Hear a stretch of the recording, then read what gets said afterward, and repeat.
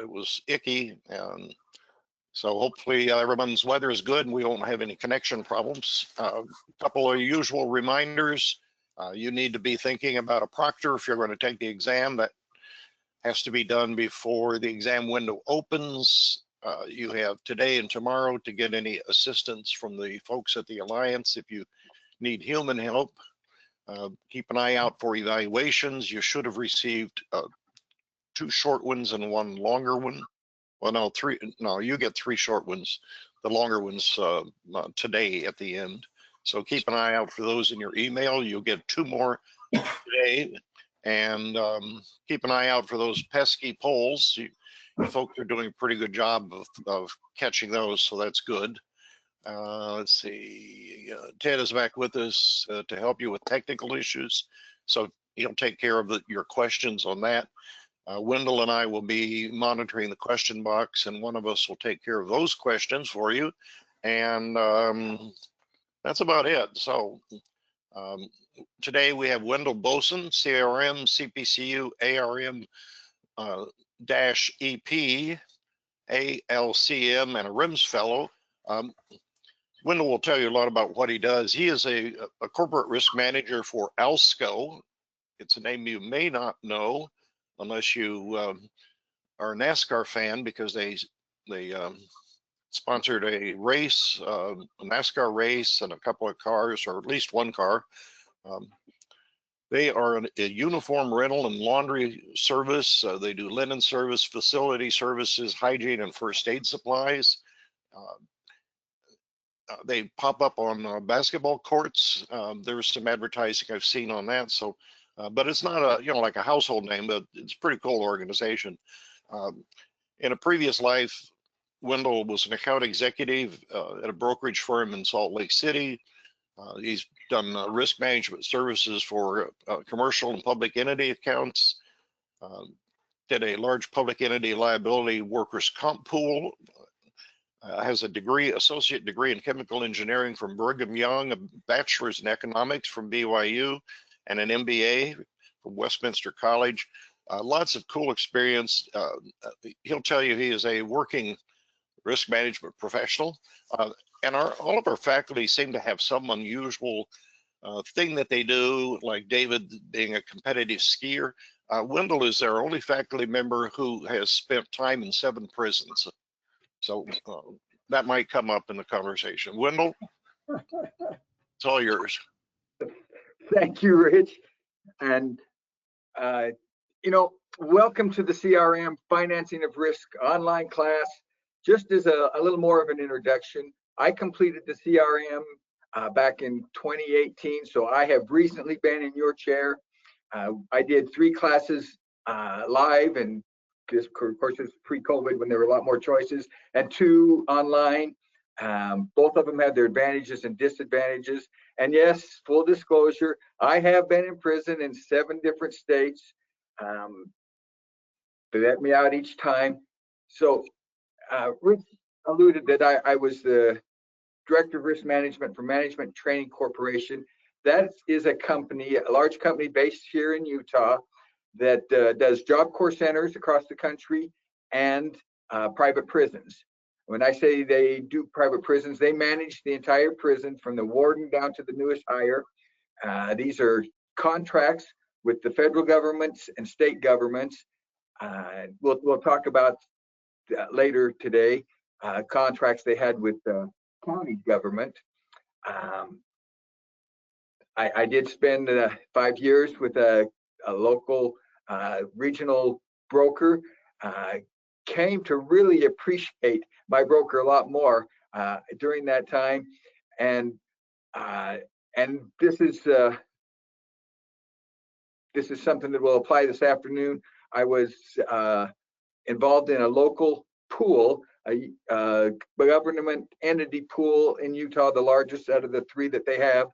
And during my time, when I first got hired, the first thing I was tasked to do was it was a liability pool, was to recreate, because they had it before, their workers' compensation pool.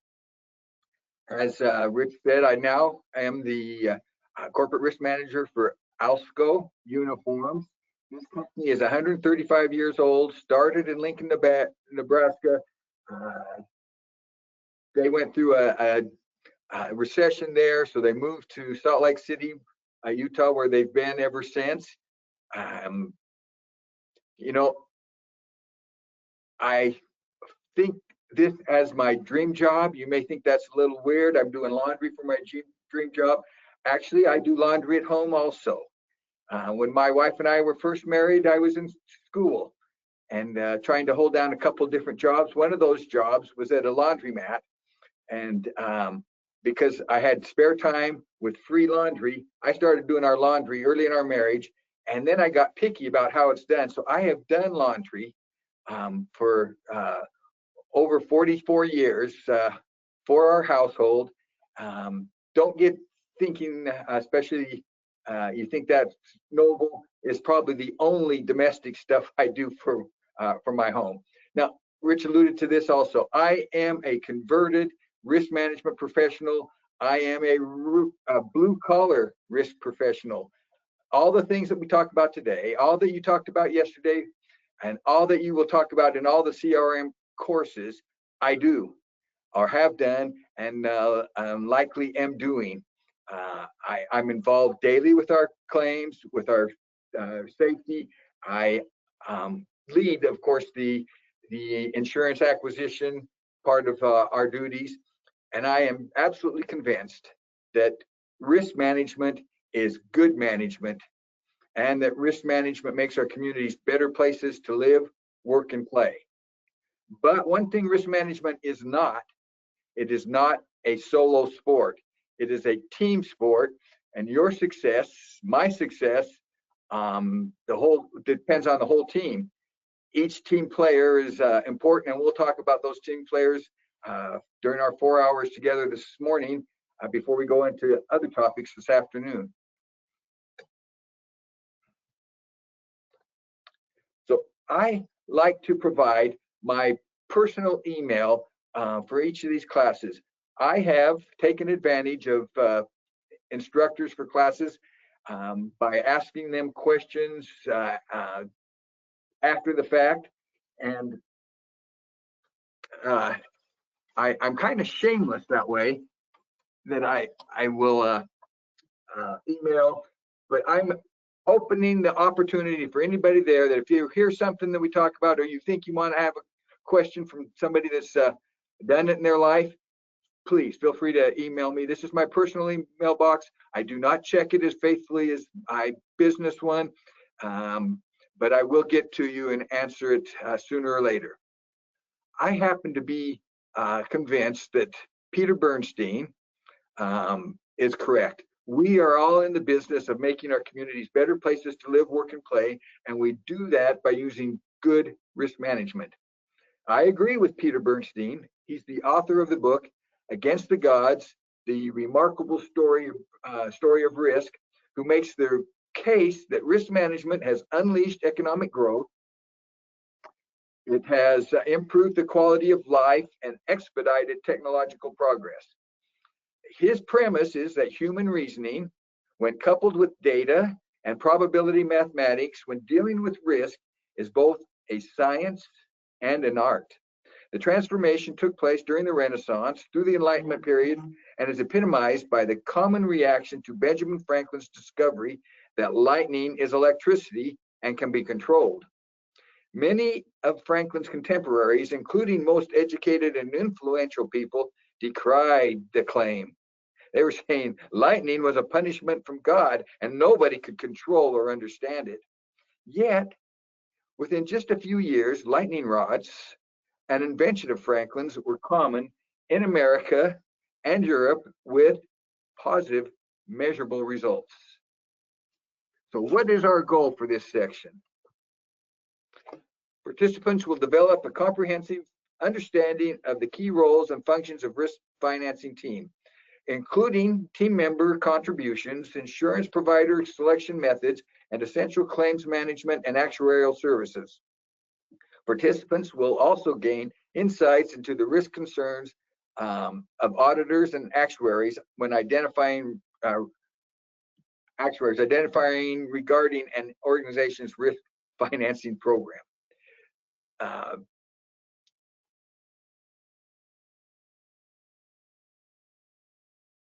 It takes an absolutely group of people, a team, if you will. Now, it has been shown, there's been a couple of good studies, that we learn better if we read out loud versus reading silently. So we're going to read some of the slides, like the section goals, but also the learning objectives. Now, if you're anywhere where you can read out loud, not a library, not an open office area, but somewhere you can actually read out loud, I strongly encourage on those slides that we do read that you read them out loud with me. And that includes learning objectives. So learning objectives for this section. 4.1, explain the roles of risk financing team members and how they contribute to supporting a successful risk financing program. 4.2, evaluate the 4 methods of insurance provider selection and apply best practices to choosing qualified agents, brokers, and service providers for a risk financing program. 4.3, describe the role of claims management in supporting an organization's financial stability. 4.4, explain the role and focus of actuarial services and financial decisions that may raise concerns for auditors and actuaries.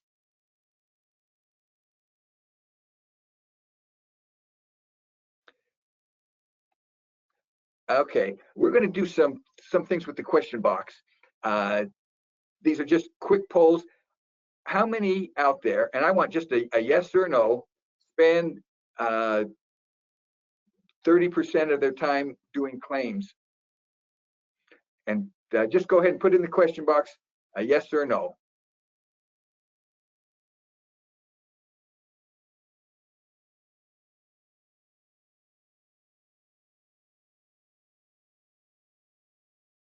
Okay, there's a pattern going on. There's a few yeses, but mostly no's.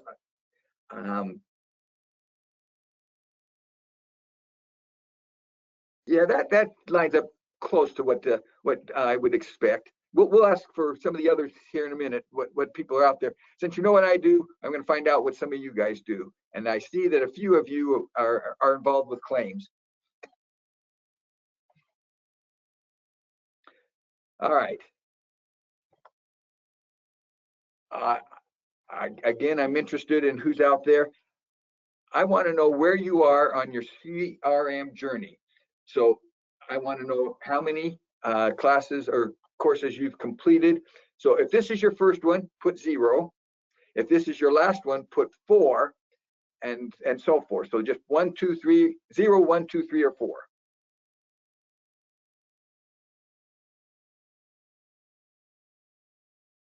Okay. A lot of you are well into it. Only a couple. This is your first one. Fantastic. Keep going. Finish it. It's not for the designation, but for what you learn, for how it helps you in your risk management duties and efforts and appreciation of risk management.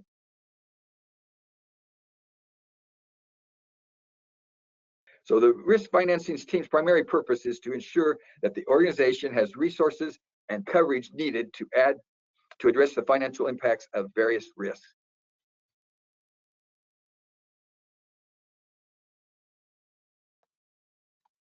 I must have sticky something or other. It takes several taps before I get through. All right. This is not in the study guide. This is an extra slide I usually put on there when I throw in an extra slide, not in the outline. This is my favorite risk management model. It's just a continuum from 100% insured to 100% self-insured, covering risk where insurance is a potential risk financing option. So the decision to be made is where on that continuum will I put my program. You learned yesterday guaranteed costs, and then large deductibles, prospective rated plans, another self-insurance. We will add to some of those tools along this continuum. And even with those choices,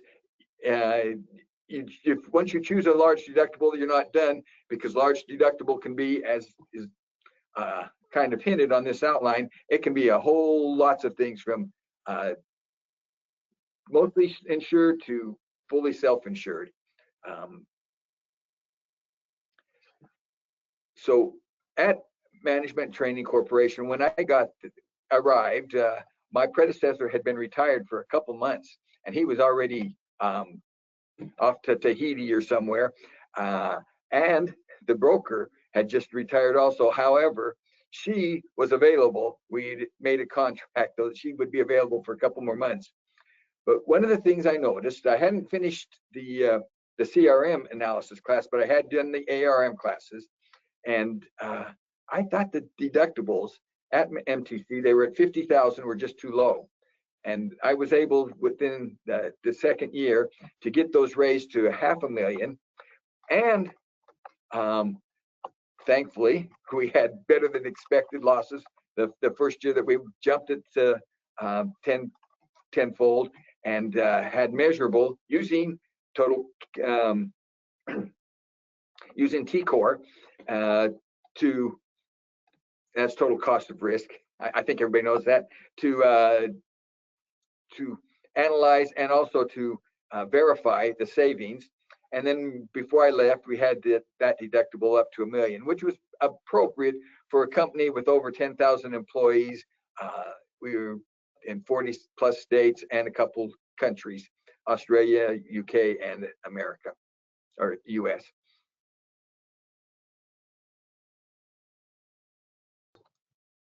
Sorry, that's sticky. Okay, out loud and proud. Explain the roles of the risk financing team members and how they contribute to supporting a successful risk financing program.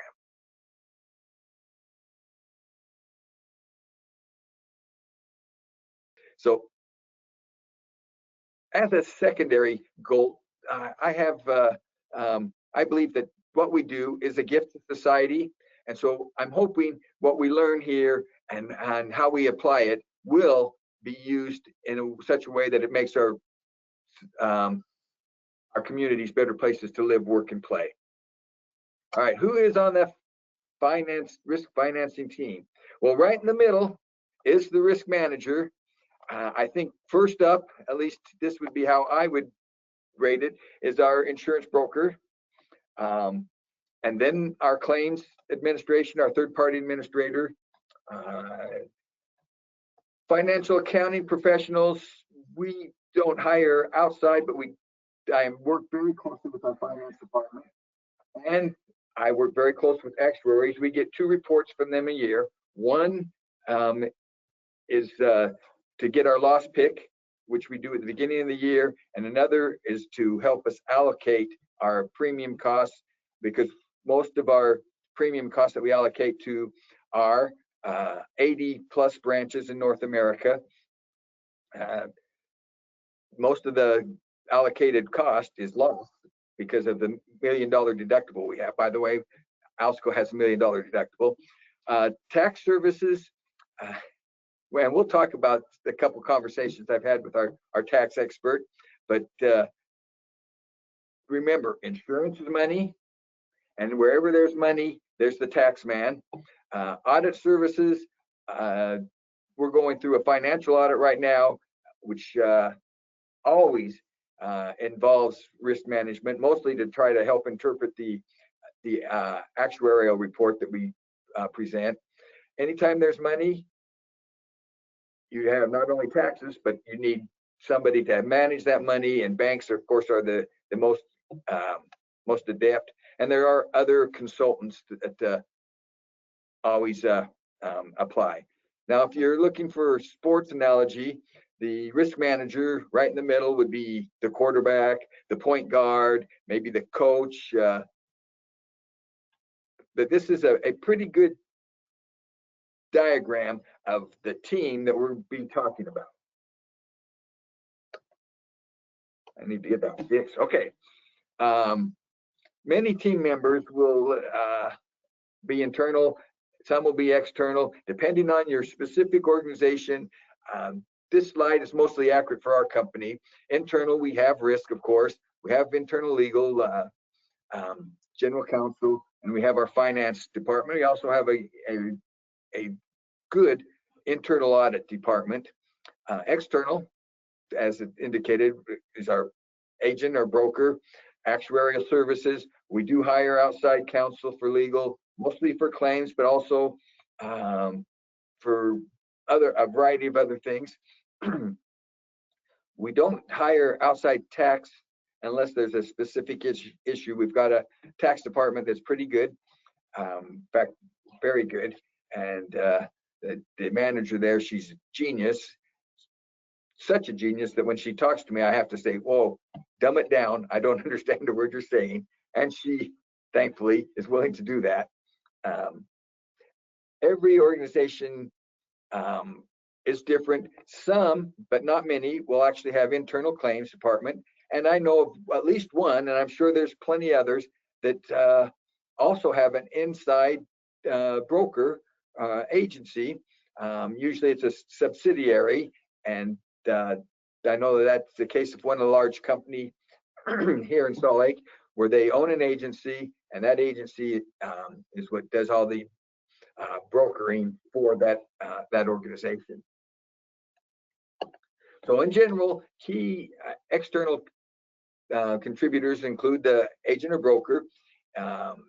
They provide the insurance, usually most significant provider of external financing, which of course is insurance. Some important players for the risk management program. This role is being the financing, includes risk control and information. We get a lot from our brokers. I consider our brokers as just another part of our extended team. Deal with them almost on a daily basis. Claims management for us, we have, sadly, thousands of claims, but remember, 10,000 people. We have over 1,000 vehicles. These are vehicles that are moving in tight locations, delivering and picking up laundry all over. And when you have that many people on the road, the odds are you're going to have some losses, and we have plenty of losses. So our third-party administrator and most of our risk management team at Alsco deals specifically with claims. And we also believe that that's where we can have the most significant impact for the company is by managing those claims efficiently. I've had an ongoing discussion with a very close claims friend of mine. In fact, he's the one who was my replacement at MTC. He grew up in claims, I grew up in safety, and we used to have fun arguments about what's more important. He would claim that there's more money to be saved by properly handling claims, and I said, no, you don't have to handle claims when you prevent losses, and that's what safety does.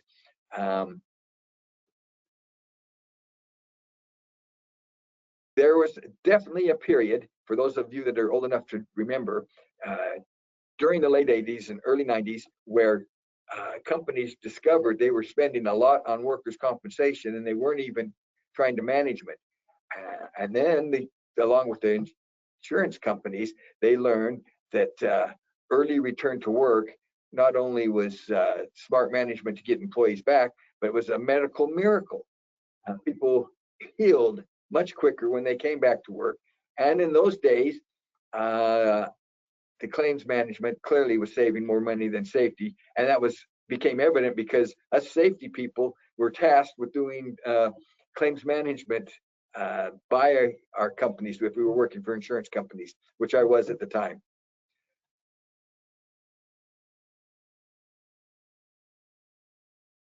All right, continuing the external contributors, actuarial services.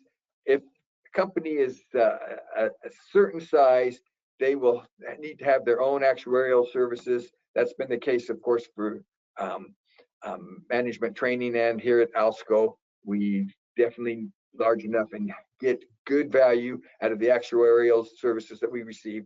But even if a small company, even if they don't know it, receive benefit from actuaries, because it's actuaries that are working for the insurance companies that are making the premiums as accurate as they are. Some may argue they're not accurate too often, but overall, the insurance business is very, very good at identifying risk in the sense that the price that we pay for premium is a great reflection of what is actually happening in losses. We'll talk about, especially this afternoon, some of the sticking points when insurance is in its cyclical, in its cycles, hard, soft markets that we'll talk about, and the effect. But overall, because they're depending on good mathematical actuarial models, people are paying in premium something that reflects very close to the actual risk that they are facing. Never exact, because even with exact actuary numbers, they're not exact because they're estimating based on past losses what future losses would be. Tax services, as I said, anytime there's money, tax needs are inherent. The effectiveness of risk financing is greatly influenced by taxes, especially when you talk about some of the alternative risk management that we'll talk about this afternoon. And, you know, the tax department here, mostly because we've got, like I said, the 80 branches. These branches are very autonomous across North America.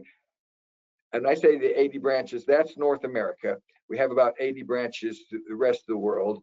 But our key insurance program there's a dichotomy, one set of policies for North America, and then another worldwide set for the rest of the world. We'll talk about how that's structured a little bit more when we talk about how it'll be affected in developing a captive, which is something that we're heavily involved in, although dragging our feet, and some would say. Well, we'll mention that when that comes up. All right, this table is a great, simple table to let you know the basic rules of tax deductibility as a business cost. So for the plans that we talked about yesterday, guaranteed costs, the premium is deductible, yes. The losses are not deductible. They're not deductible because they're not being paid directly by the organization. With a dividend plan, it's just the same as the guaranteed cost. You are able to deduct the premiums, what you pay up front, and you're not able to deduct the losses. But also you'll have to, if you get a dividend, then you have to treat that as income. So you end up paying tax on the dividend. Incurred loss rate retro. The premium, and that's with retros, that's really all you're paying. It's deductible. It's a business expense. Losses, even though your premium is based directly on those losses, you're still paying a premium with the retro, and so the losses aren't deductible. It's the extra premium that you're paying that is. And that was the same with the paid loss retro. Large deductible, yes, whatever you charge for premium is deductible, and yes, the losses that you pay within the deductible are deductible as a business expense. So we pay a premium each year, millions of dollars, and that is only for the excess for losses that become greater than the $1 million deductible that we have, and $2 million on auto liability. So most of those losses we are deducting as business expense, but not until they're paid. And we get invoices from our TPA weekly that are paid weekly, and that's when we can deduct the losses. The losses that are under the deductible, which is almost all losses. So we only get 1 or 2 claims a year that pierce our deductible. In a pool, and we'll talk about pools this afternoon, deductibility depends. For most of the pool members, they look at the pool as their insurance carrier. They pay their premiums. The pool pays the losses, so it'd be the exact same as guaranteed costs. But from the point of view of the pool as a whole, or if the pool is just a few members, then it will just depend on how it's structured, what is deductible and what isn't. And that same exact thing can be said about captives, that it depends on how it's structured. There are some captives, some group captives that look just like an insurance carrier, where the premiums paid would be deductible and that you don't pay on the losses. The pool, not the pool, but the captive does. But there's pure captives that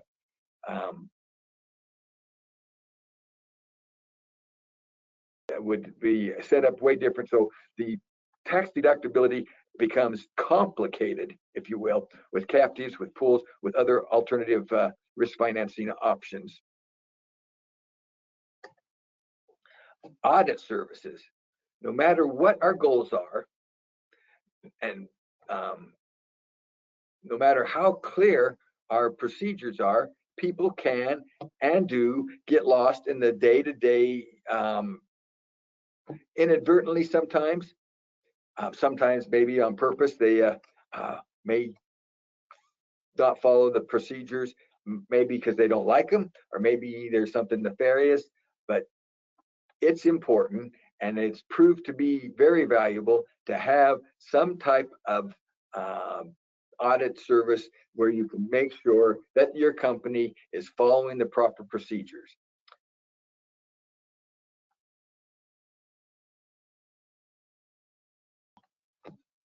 Okay, so you have your internal audit, and they find out that there's been self-insurance in the past, something that had slipped between the cracks, or they just wasn't on their radar before. What are they worried about?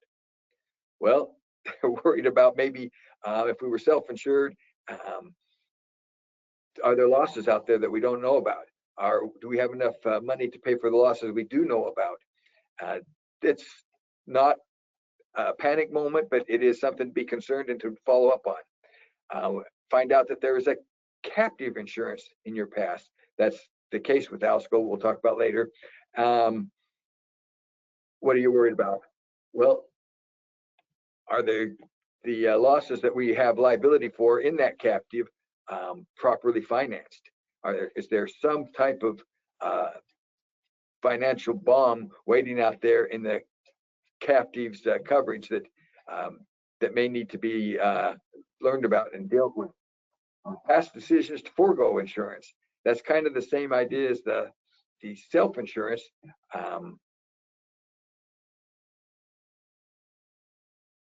One problem is that when you go to get coverage, if you decide that it needs to be, you don't have the data that will help the underwriters be comfortable. And so when underwriters aren't comfortable and they're quoting on something, they tend to, which we all should do, put in some costs for the extra risk of the uncertainty. So if an audit finds out that you've increased deductibles, like I did at MTC, you need to what? You need to worry about if there's enough cash, if it was a risk-informed decision when you increase those deductibles, or you were just trying to save premium. And the same could be said about reducing liability limits. During the crisis, the excess crisis of a few years ago, about 4 or 5 years ago, 5, 6 years ago, I guess, many companies, including Alsco, lowered our liability tower just because we had it artificially higher than we thought we needed, because it was inexpensive, those higher limits, and they became very expensive. And so we dropped our tower a little bit. But that might be something the auditor would pick up on, and we would need to assess if that was smart or not. They may find out that we were a member of a risk pooling program, and then you definitely want to quickly check to see if the assessments in that pool are joint and several liability. And we'll talk about that and the risk that that would pose. And what if the auditor finds out that the property values have not changed 5 years, 10 years? Almost certainly, even in times when we consider no inflation, there is some inflation. And so almost certainly you're going to be lowballing the value of your property, your statement of values, and that can have reinsurance or co-insurance implications. It can just flag to the underwriters that they just have to charge a higher rate because they know the values are artificially low. And the auditor might find out that there's an insurance carrier out there that we used where we may have some liability is insolvent. And then we want to find out, is it a member of the guaranteed fund or some of the other controls? So at MTC, I'm sitting in my office one day, and the internal auditor, one of the three internal auditors, comes into my my office, and Marshall sits down with me and says, "Wendell, you and I, we are going to do ERM, enterprise risk management."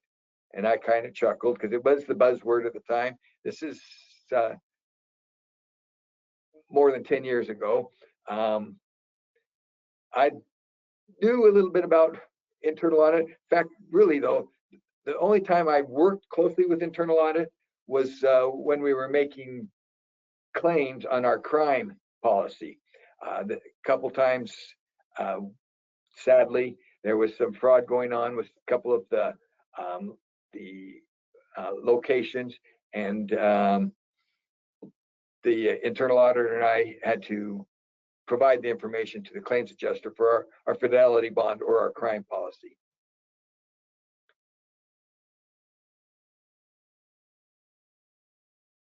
So insurance company bankruptcies, we may say that doesn't happen. They're called insolvencies or liquidations, and we have the guaranteed fund, but that's not really the reality. You know, on an average, and I don't have the numbers in front of me, but there's approximately 20 insurance companies that fail every year. A number that has remained, I think, pretty steady for at least for the U.S., where we have approximately 6,000 insurance companies. 50% of those are property and casualty. So those are real findings that internal auditors may flag that we just have them in front of our nose, but we're used to them and need to be aware of. And that's where our auditors can be very helpful in us doing our job and then protecting the company in the long run and in the short run. All right, financing of risk is inherently tied to banks and of course taxes. Not mentioned, but important, bank is the source of collateral.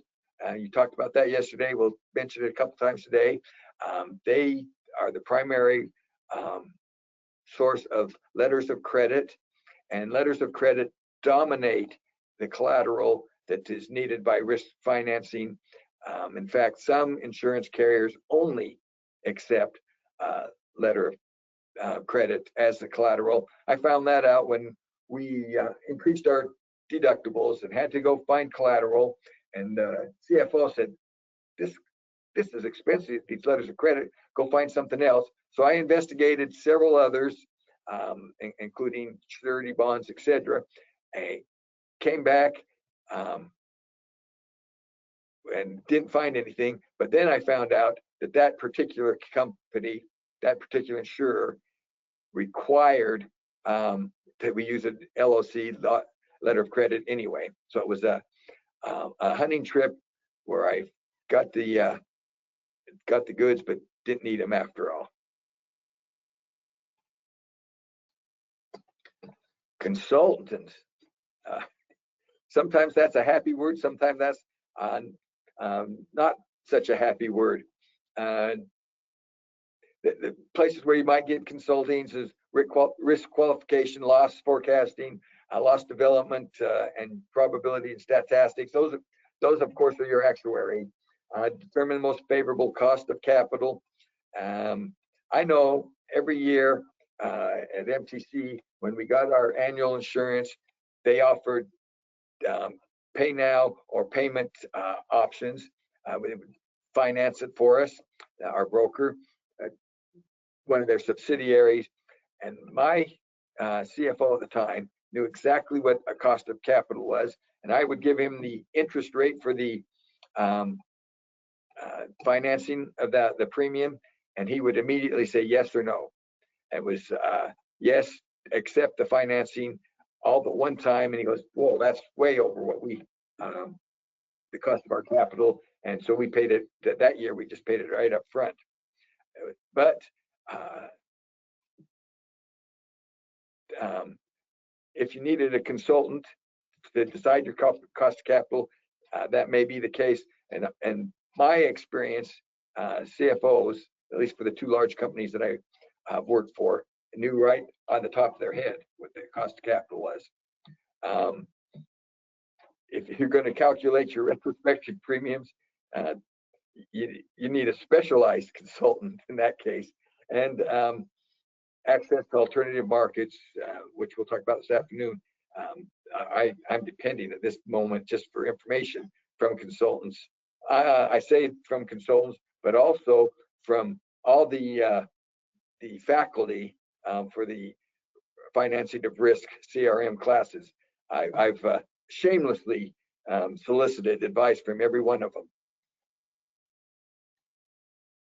All right, so this course has a few times where we have what they call a reflective question. When they come up, I want you to read the question with me, and then I'm going to just be quiet for a minute, and I want you to really think about it and write down what comes to your mind. So, reflection question. How can the collaboration between the various professionals in our risk financing team enhance the decision-making process and overall effectiveness of a risk financing program within your organization? So take just a minute, write down any thoughts.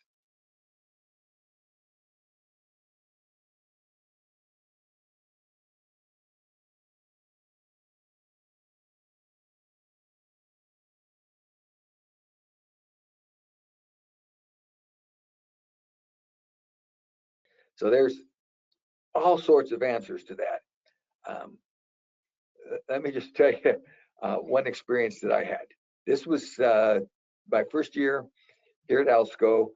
I happened to be in the lunchroom with our tax expert, the manager of our tax department.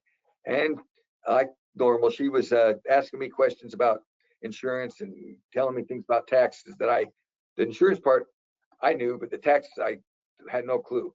It turned out that we had a long discussion that afternoon and found out that she found out that we were paying premiums directly in Canada, which ended up being a potential tax liability and also a lot more costly than if we would, our broker had outlets in Canada.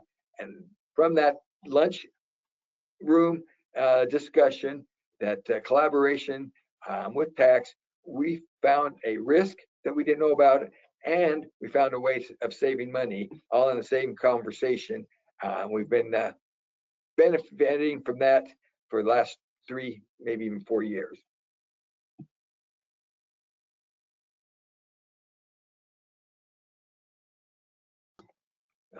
Sorry about that sticking. Okay, it's worth remembering that one drawback with a team, is the potential different opinions. You know, there's times where a committee just talks too much, and you do need somebody to head that committee that just says, now we're going to do. To prevent problems from coming up, a strong leader really is needed, and the risk manager, at least for the risk financing team, is the best choice for that leader. It helps to have a format. it helps to have a formal mission and a vision and core values that you can use as a foundation. It's also important to know about where your organization's risk tolerance is. You don't want to go beyond your tolerance and risk solvency of your company, but you also need to know the risk appetite. Does the organization want to take on risk to increase profits? Is that the type of attitude, mentality that senior management has? Is that reflected in the mission or the vision? Some of those soft, subjective rather than objective things that you would want to think about. Okay, so we have our first knowledge check.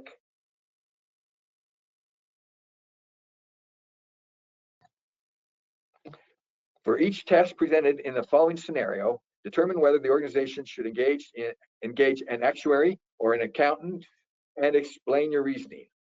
So we have a mid-sized insurance company is reviewing its risk financing strategies to ensure long-term financial stability.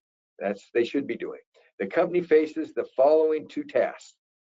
Task number one, assess whether the reserves set aside for current and future claims are sufficient based on historical data trends and potential future risks. So that's basic insurance question. And then task number two, ensure that the organization's annual financial statements accurately reflect the costs associated with claims, including compliance with relevant accounting standards. So task number two is we got to make sure that the regulators are happy with our finances. Task number one is we got to make sure our finances are something that the regulators would be happy with. So task number one.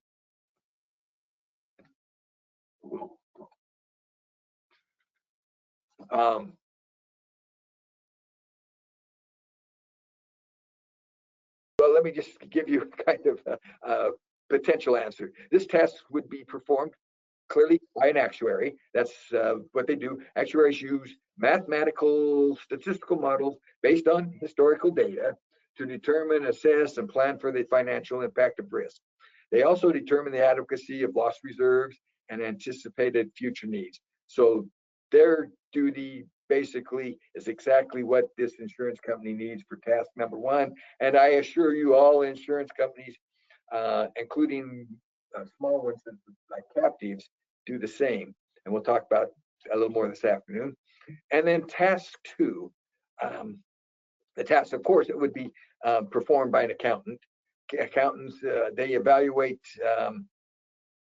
implications of various risk management strategies. They monitor budgets related to financing programs. They ensure accurate reporting, especially to management, and they insist on accurate reporting from the claims people. In fact, we had a three-way call just 2 weeks ago between the treasurer here, me, and our account manager of the TPA. We just had some questions about some of the loss data, and what it turned out was we have workers' compensation everywhere, of course, except Texas, where they allow a non-subscriber if you follow certain loops. And our non-subscriber program, it's a benefit program, but it reflects workers' compensation. We put it in our workers' compensation bucket, but it has a different deductible. It's a $500,000 rather than the $1 million, like our normal work comp program. And the treasurer didn't realize that's why one of the losses had been capped at $500,000. So just by collaborating as a threesome, we were able to ensure that the information that we had, that we're giving to management, that we're reporting on tax purposes, was accurate.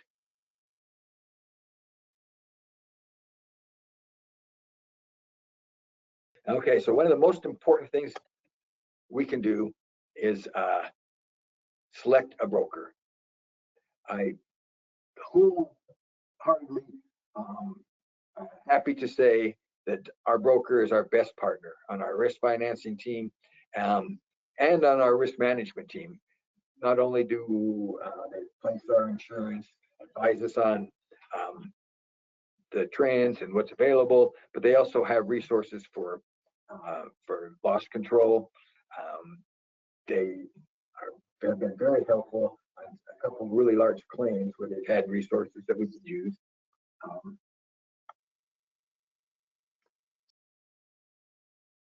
The risk finance teams, they will vary greatly by organization. Large organizations versus small organizations will have completely different needs. And for most small organizations, which number-wise is a majority of all insureds, they are not large enough to have a professional risk manager, and their broker, their agent, becomes their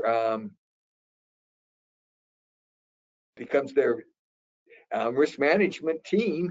In some cases, not full team, but certainly the risk manager is the agent or the broker on a lot of organizations.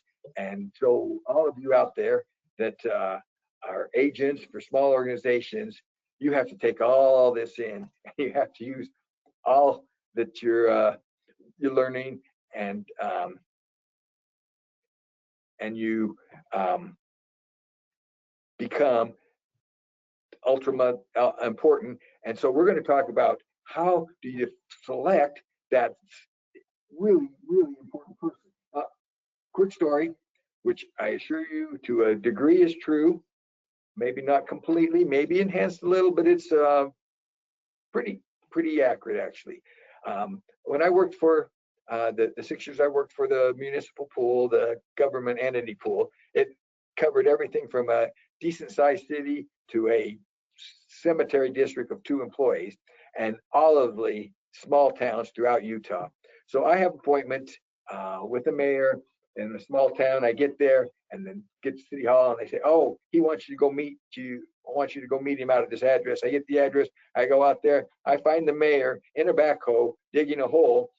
Turns out that his real job is a contractor, and he's the best backhoe operator in town. And the city had a water main burst, and so he was taking care of it. That's in small towns. Sometimes that's the way it has to work. Well, another small town, I have an appointment. We were going to go take a look at the sewer ponds, sewer treatment ponds. This is absolutely true. They bought these little goats to keep the weeds down around these sewer retainment ponds, and these goats were dying. A couple of them had died, and so we were going to meet the wildlife specialists from the state and see if they can figure out why they were dying. If it was something being poisoning them, if there was, fox or something, we just didn't know. Well, I get there. I'm a little bit early. A mayor comes up and was going to invite me in, but just then a lady comes in and says, "Mayor, can I talk to you for a second?" And of course, I said, yes. I just sat down in the chair outside the mayor's office. They closed the door, and I can hear everything that's going on. And these, small towns, not exactly soundproof. And the lady was saying, "Mayor, you've got to vote for this extra police officer. We only have 2. We need 3. We want to make our community safe, and it's going to be close. We need you to vote for this." Now, this is a small town where the mayor actually is just part of the city council with the title so that he can do marriages and ceremony stuff. But his vote is just the same as any of the city council. And they get up, and I can hear as plain as day. The mayor says, "You're right. You're absolutely right." And she walked out of there with a smile on her face, and we were about to go. And then this other gentleman comes in. "Mayor, can I talk to you just for a second?" Same thing. I sit down outside the office. He closes the door. Only this time, this gentleman was saying, "Mayor, you got to vote against it. We don't have the money for a 3rd police officer. We don't need a 3rd police officer. We haven't had any serious crimes here. And you know what's going to happen. You're either going to raise taxes, or he's going to get a quota for tickets to help pay for the salary. Just vote no." And then I can hear it again. They're getting up. The mayor says, "You're right. You're absolutely right." And he went away happy.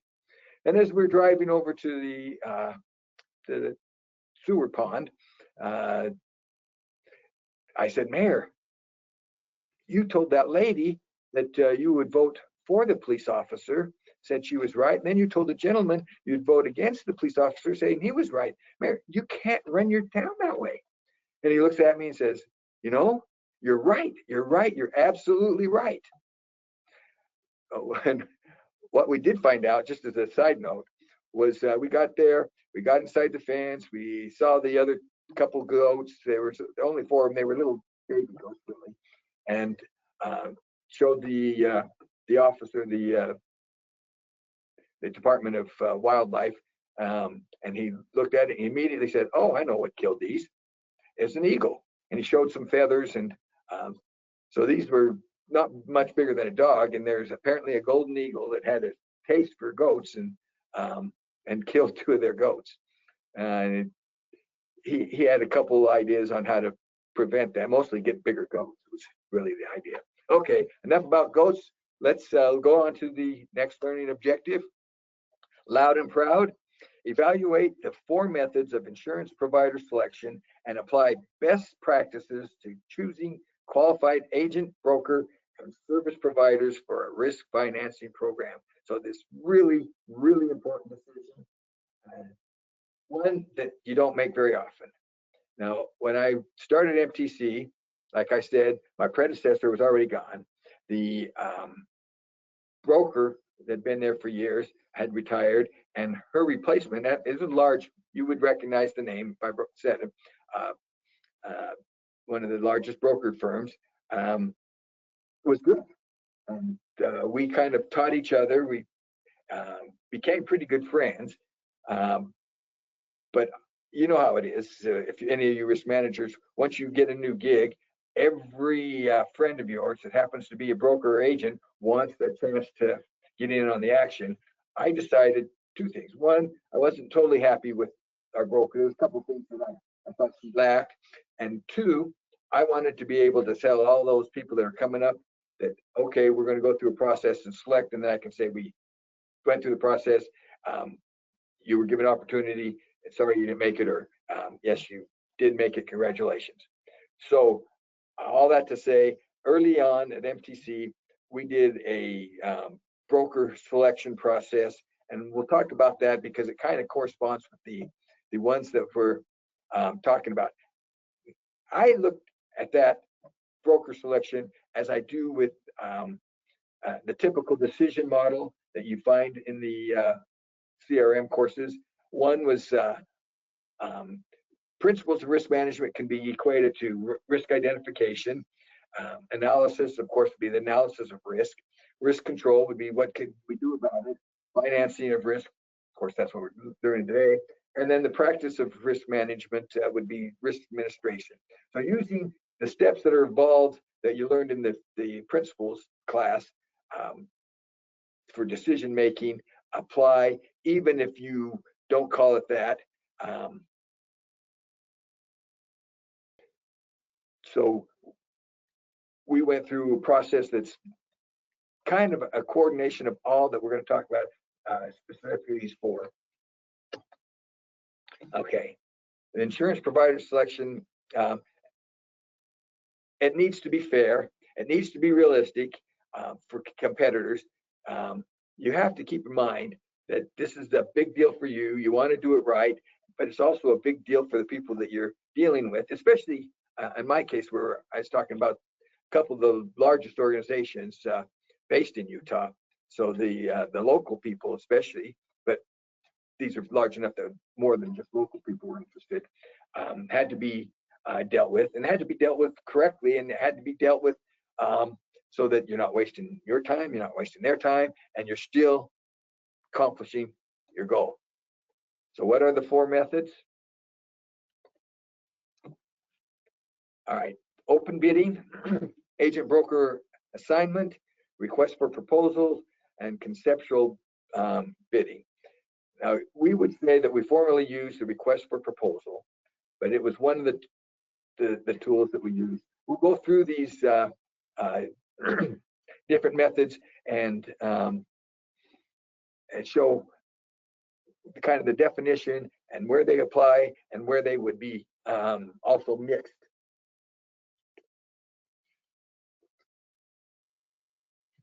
So open bidding is a Wendell, public invitation to bid, Wendell, where you qualify for, you get qualified organizations, and then you send out some type of proposal. Let's say you're an organization, you're looking for workers' compensation. You would say, okay, there's these agents that specialize in workers' compensation. I will send out my my proposal. They will come back with quotes. And we'll talk about.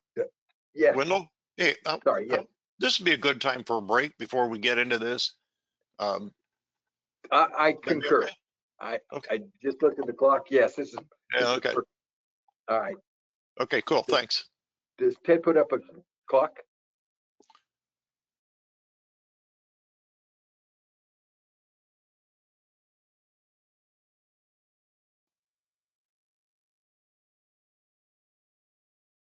I think you're on your own for the Okay. 10 So minutes. I will see everybody back at what it's 8 my time, so it'll be 9:10.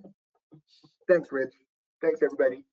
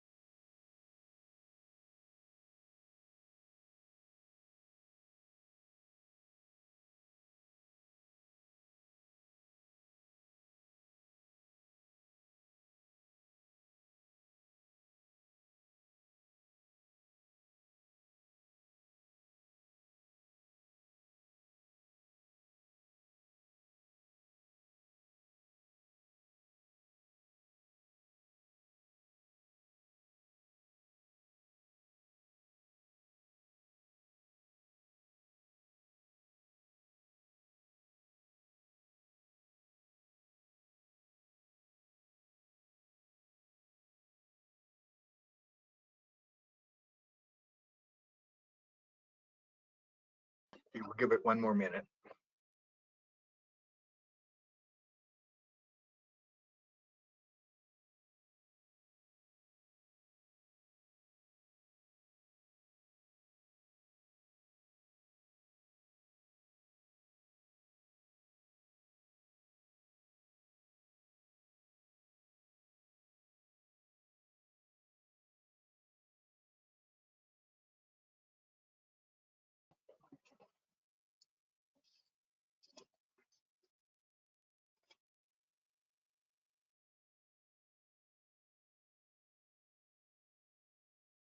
All right. If a few of you could just put in the question box, yes, you can see me. Yes, you can hear me. Ah, you guys are quick. Beautiful. Thank you. Well, I want to again get to know you a little bit better. Who's out there? We know that where you were on your CRM path. If you're a risk manager, I want you to put an RM. If you're an agent or broker, put AB. If you're an underwriter, put UW. If you're a claims person, put CA. If you're attorney, put LAW. If you're safety or loss control, put LC. And if you're something else, just put something else. Numbers are coming up.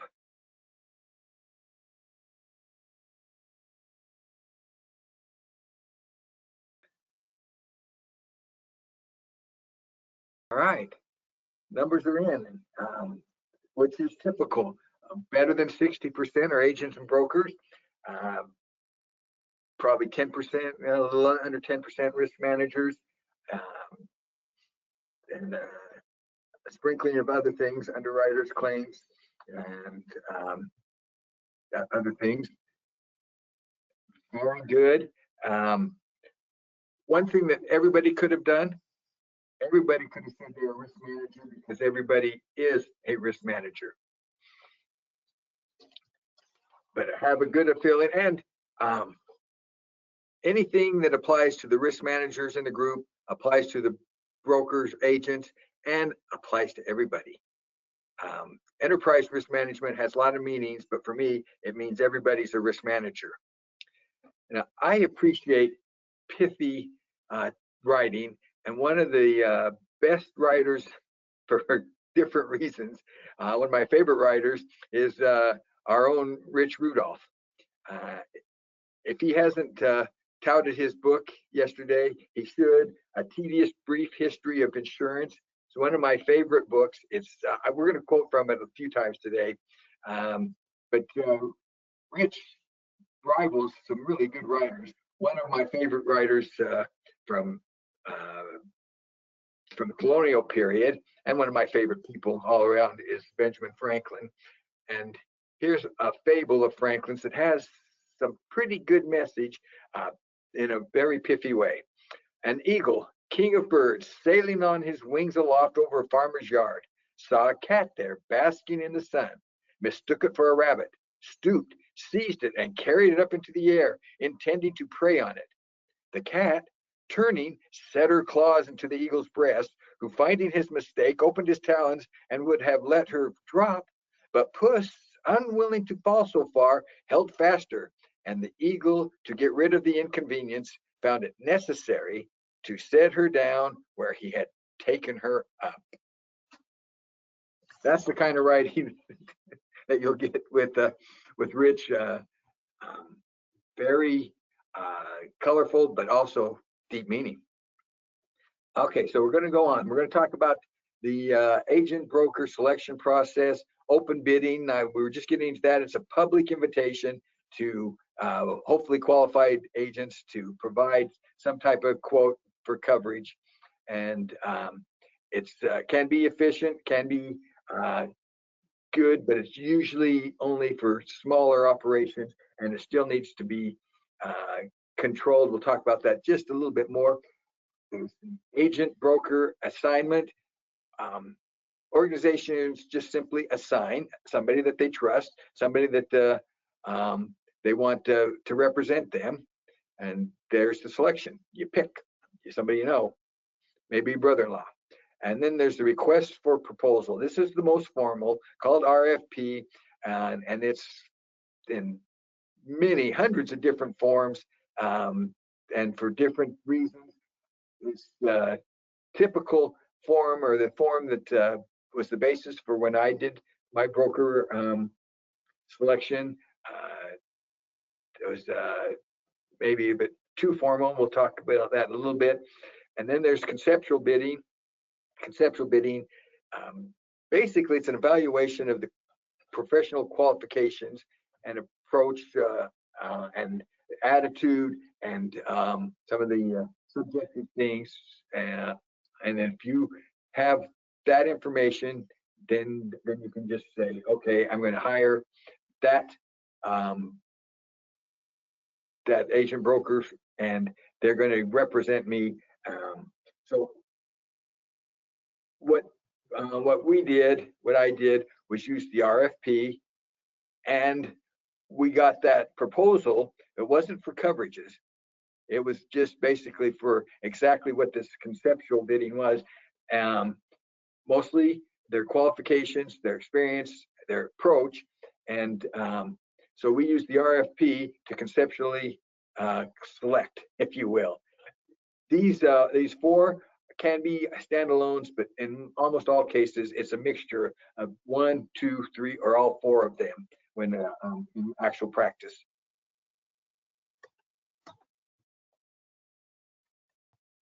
There we go. Okay.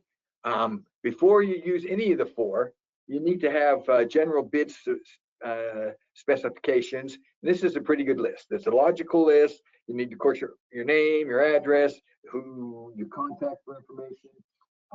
You have to have some general instructions. This is what we're looking for. This is why. And of course, when you're talking about risk financing, when you're talking about broker selection, you've got to have a good sense of what the losses are, what the program needs to do. And if you want to get anything done in these days, you've got to have a timeline, because if it doesn't have a timeline, it can be pushed back too easily. And we're all really busy and pushing things back. So timeline, deadline on the end of that timeline for the submissions, the date when a selection will be made, any specific process, and some of the criteria that you may be using for selection. We used a weighted average where we weighted the qualifications a lot higher than we did some of the actual money on the fee agreement. Now, these specifications are great. They're important. They can be very objective. You can put them in your proposals really easy. But more important, and it's something that you can't put in here, is what I call chemistry.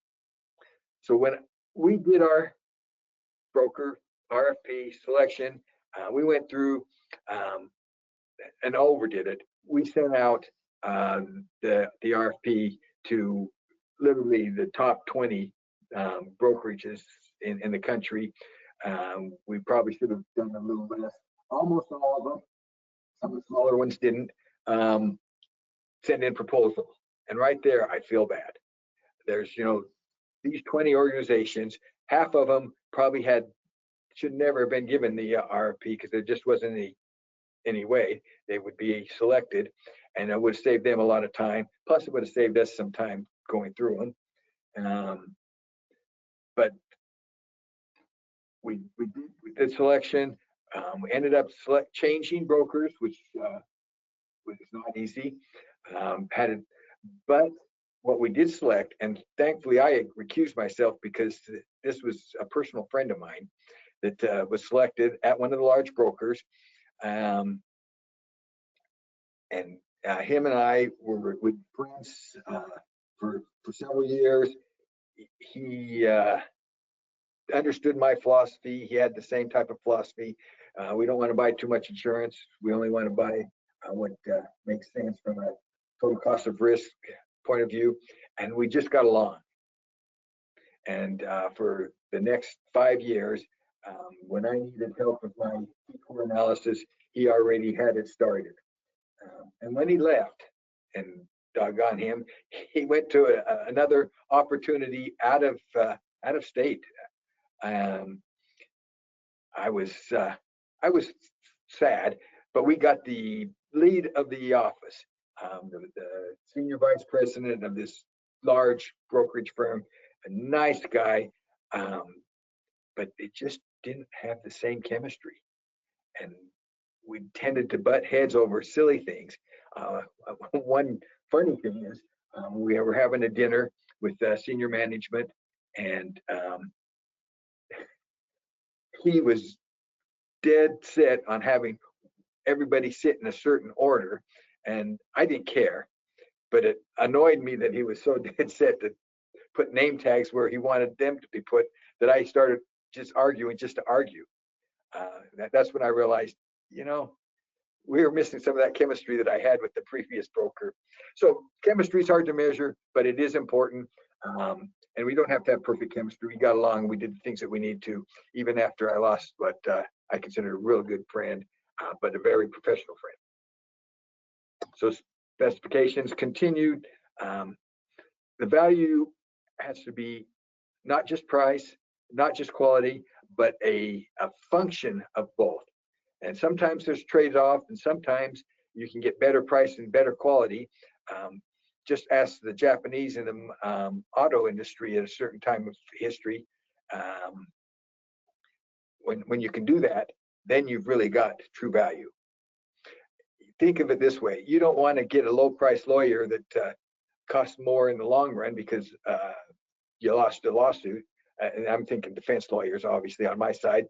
You don't want to go to the low-priced doctor, especially if it's an emergency or a important, vital medical situation. You need the objective information, obviously, but the subjective chemistry is also important.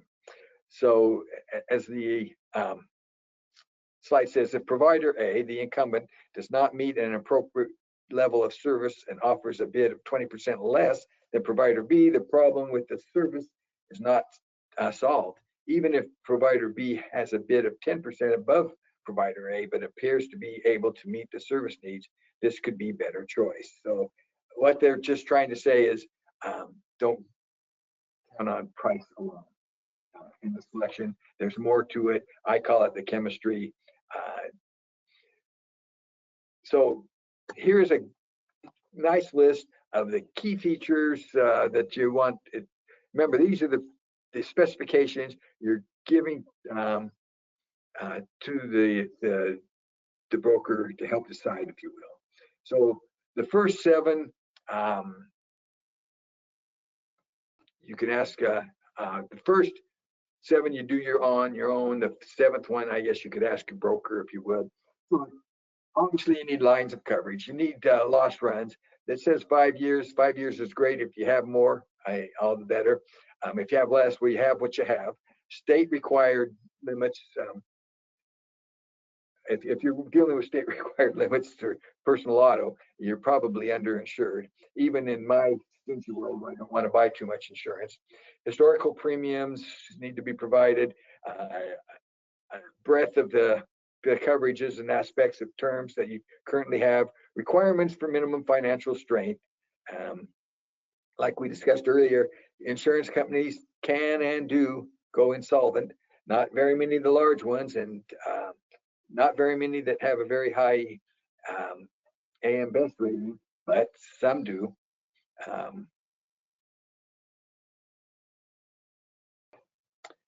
And then, well, just another word on insurance solvency. Another personal situation. I was in the mid-90s working for Reliance Insurance Company. This is a major U.S. property casualty carrier that was based in Philadelphia, was 100 years old, had known for solid underwriting, and they started having financial trouble. It wasn't so much the underwriting, but it was their leverage. They were financially leveraged and their benchmark, I think, was just to maintain an A minus, AM Best, and they would leverage as much as they could. So during the good times, they were making money hand over fist, but during the bad times, which occurred during a tough market, was that they actually went under. I question their ethics, and this is a personal story, so it does not apply generally, but it is interesting. I was going to Philadelphia for some training at the headquarters. I get off the plane in Philadelphia. There's a sign with my name and another person's name, and find out that was another. In fact, I knew him by name only, and it was limousine driver with our names. He was coming from California, I was coming from Utah. And he said, you don't have to worry about the mass transit, taking a taxi. We've got the corporate limousine just for you. And so he got us in and took us to our hotel, which was probably a half-hour, 45-minute drive. And during that period, this limousine driver was telling us how we needed to invest in Reliance because that stock was ready to go big. Now, I don't, obviously, somebody put him up to it, or it seems like somebody put him up to it, but it wasn't but a few months later that the news in the newspapers and the Wall Street Journal was touting how this company was in trouble.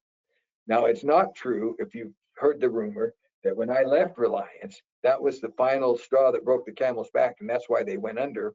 I just happened to find another job and was worried about Reliance, and it turned out rightfully so after the incident with the limousine driver, where he's trying to get us to buy stock that was going to go under, and of course the articles I was reading. Anyway, that was big company, went under. It did get covered by some of the guaranteed funds. Parts of it was bought up by Travelers, but that is something that you've got to consider, even though it's something you don't really want to. All right, let's talk a little bit more about open bidding.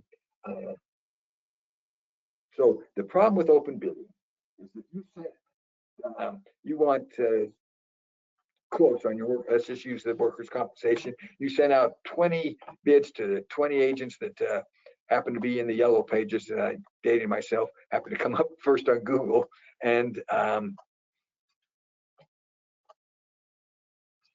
one of them got it first, and that agent went to every viable work comp carrier that they were appointed with and sent in their application first. Now, the carriers have a pretty strict rule that whoever is first with the application, that's who they will quote for. And it's called blocking. So that one agent blocked all the markets. So all the other 19 that received that open bid couldn't do anything about it unless they happened to have their own work comp connections that nobody else had. So that is a significant problem with blocking. Now, it can be and is addressed in a lot of cases by having the bidders choose only one carrier, and they can only they have to use that carrier when they're getting their bid, and so that if there's 5 viable carriers in your area, those 5 will be picked up, and then any other bidders, if they think they have a chance, would pick some other carriers. But that's a way to, if you want to help prevent the problem with blocking, especially in open bidding.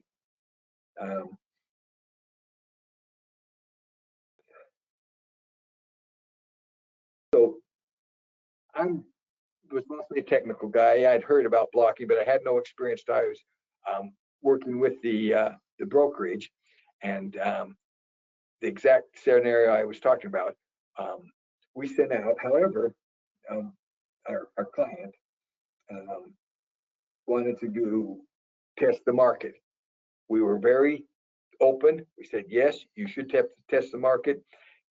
We will give a bid off with this company, and here are 3 other, or there's unlimited, but there are really only 3 others that were really viable.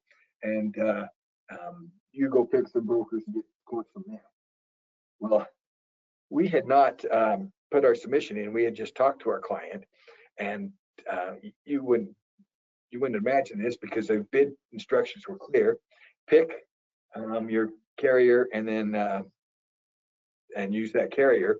Well, this agent had actually picked our carrier, didn't pick it, but put in a submission, and we ended up having to get a broker record, letter of record from the client when he realized what had happened, and he became very disgusted with the insurance industry in that one.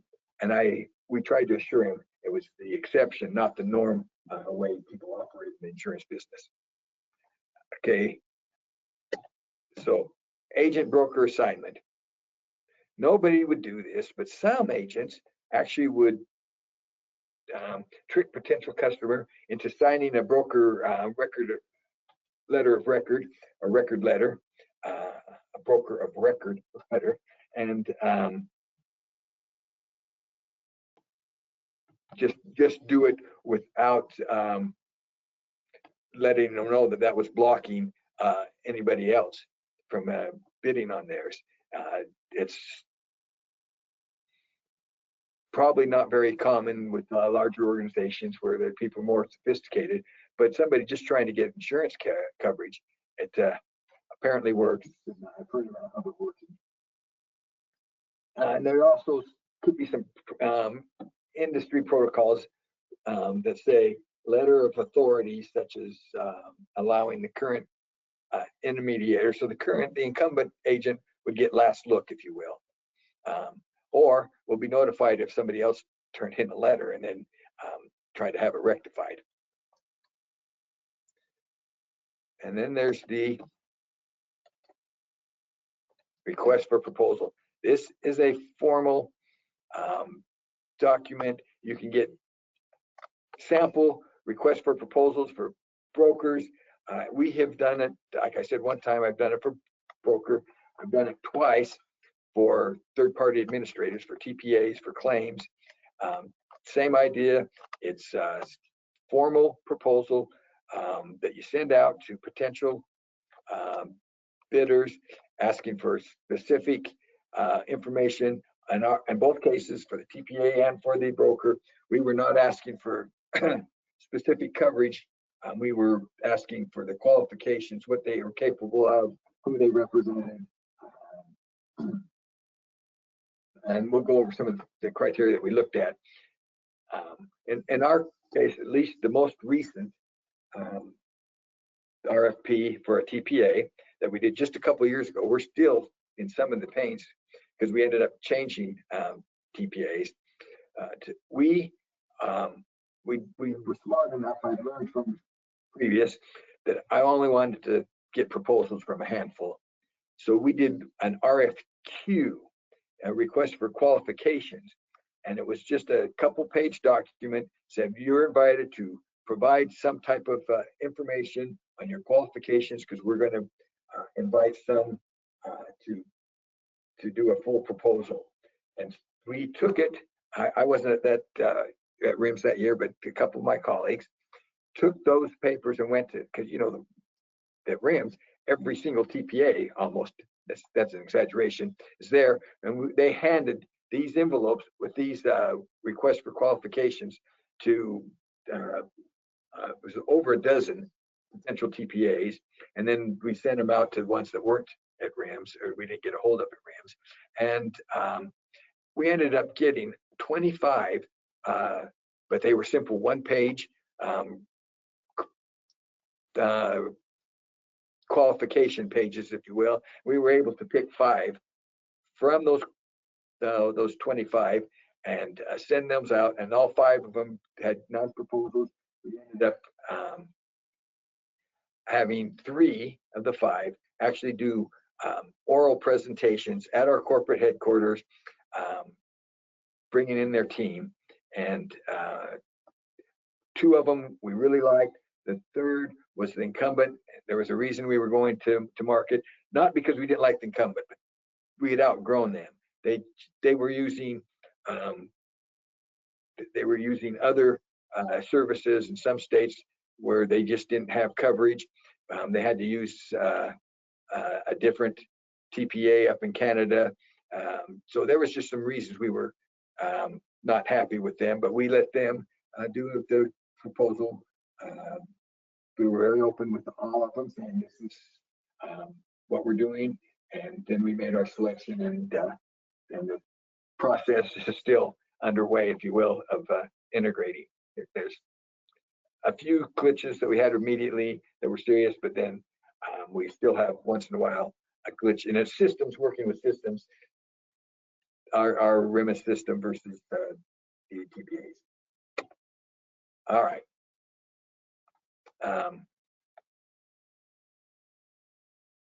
Yeah. So after the oral presentations, the 3 oral presentations, we got together, we picked the TPA, and then it was my duty, and this is a tough duty, to call the incumbent and say, sorry, you've been very helpful, we like you, but we're moving on. And then call the other one that didn't get it, say, hey, thank you for the presentation, we appreciate your time, we know that was a lot of work, but we are going a different direction. And then the pleasant phone call to the one that you selected, saying, congratulations, we're going to be working together. And if you notice that we used the request for proposals, but we actually used conceptual bidding. Once we decided who we wanted, and so it was really a combination. It's not an exact science, and you're not put into one bucket, but you're using different systems. So talking about conceptual bidding, you know, having worked at the brokerage, the regional brokerage that I worked at, if we do sometime in the future a broker RFP or selection process, I know exactly who at that brokerage I would ask to be on the team, both the back office and the front office, if they were going to do a proposal. So I would do conceptual bidding in a different way with that particular organization, just because I have some very good insider knowledge of who is really good, who is motivated, who is completely above board, etc. It's very likely that you'll use conceptual bidding, even if it's a default based on the other methods ahead of time. Now, once you've decided to do the bidding, to do the selection, there is qualification process that you need to go through. You want to make sure that they have the wherewithal to handle your business. You want to know where they're licensed, to make sure where you are at, they can service you. How long have they been in business is a very good reflection. Who will be on the team? To me, that's probably the most important. One of the things that turned me off about one of the TPAs that presented, they brought in a team of really good public speakers, really strong, convincing, sales-oriented people, and their presentation was fantastic. But they didn't bring the people that would actually be doing the work. And the company we selected did that, along with having a very good presentation. But we knew who was going to do the setup. We knew who was going to monitor the legal, etc. They were there. So who would be on the team, to me, was extremely important. So I like this. Do they have E&O coverage? So if you've got a broker that's going to help you properly risk finance your operations, you would think that they would have the knowledge that they need to do their own financing of risk. And obviously, even the best, almost honest people can make mistakes, and you need to have some type of errors and omission. I'm not for buying too much insurance, but I am for buying what makes sense and would protect, in this case, would protect us. Summary of what they can do, listing of carriers they represent. In our case, we only considered larger brokers, and so they had basically all the main carriers, and touted, and we'll talk about this when we talk about captives, some of the unique things that they could do that nobody else could do, at least not specific same thing. All right, so now you've selected your process, you've gone through the qualification of the ones that you're looking at, you've got to make a final decision. Making the calls, like I said, to the incumbent is not an easy thing to do. And really, once you made the decision, which is huge, that's when the work really begins. And that's when you really need to nail down a detailed implementation plan. You got to nail down the timelines. You got to be able to monitor progress.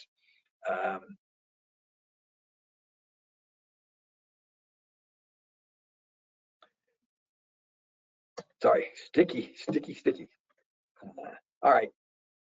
So when you've got a contract, you need to at least negotiate a contract. When we sent out our RFPs, we included a sample contract. And we said, if you are not going to agree with this contract, then we need to know exactly what you disagree with and what you're going to insist that we have.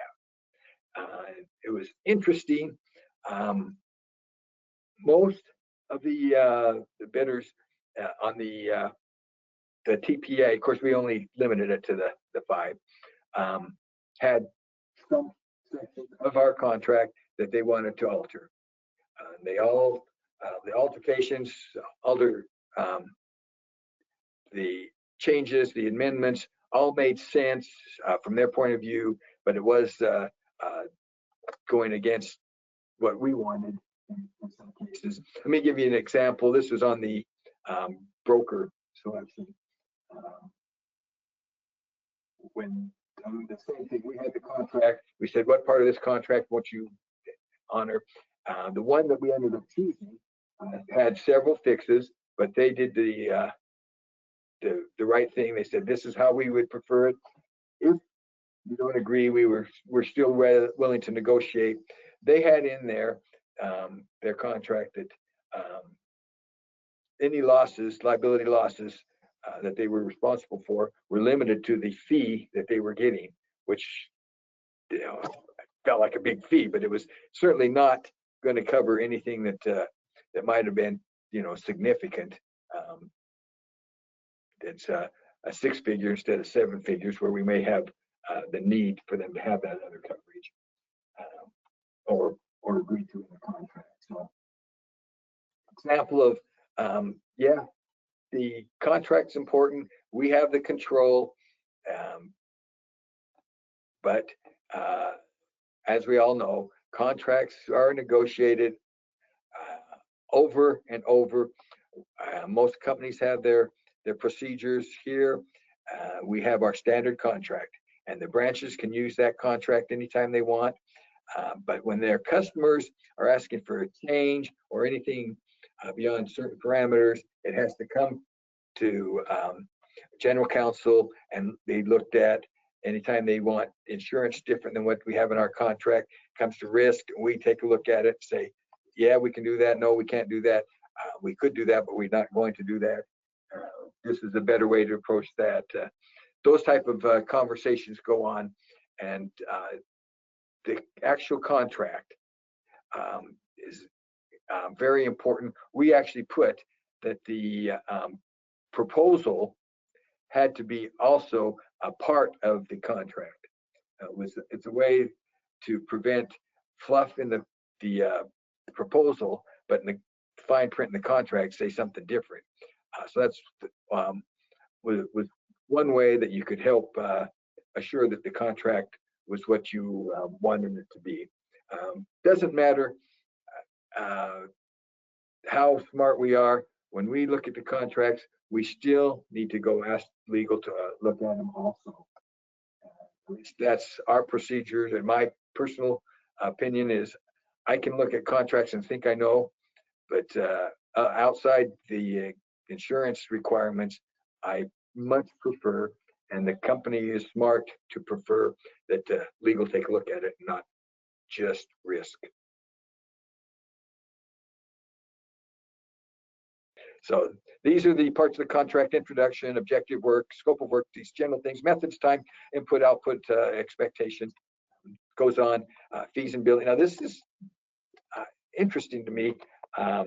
It's listed twice, but maybe it should be. I am amazed at the struggle that some huge insurance companies and some huge brokers have with keeping their billing straight.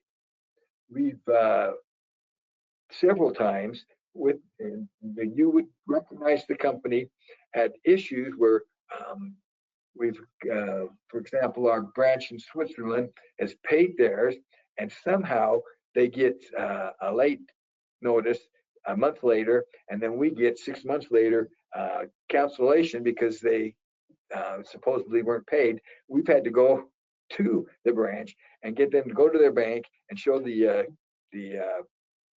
evidence that they did pay.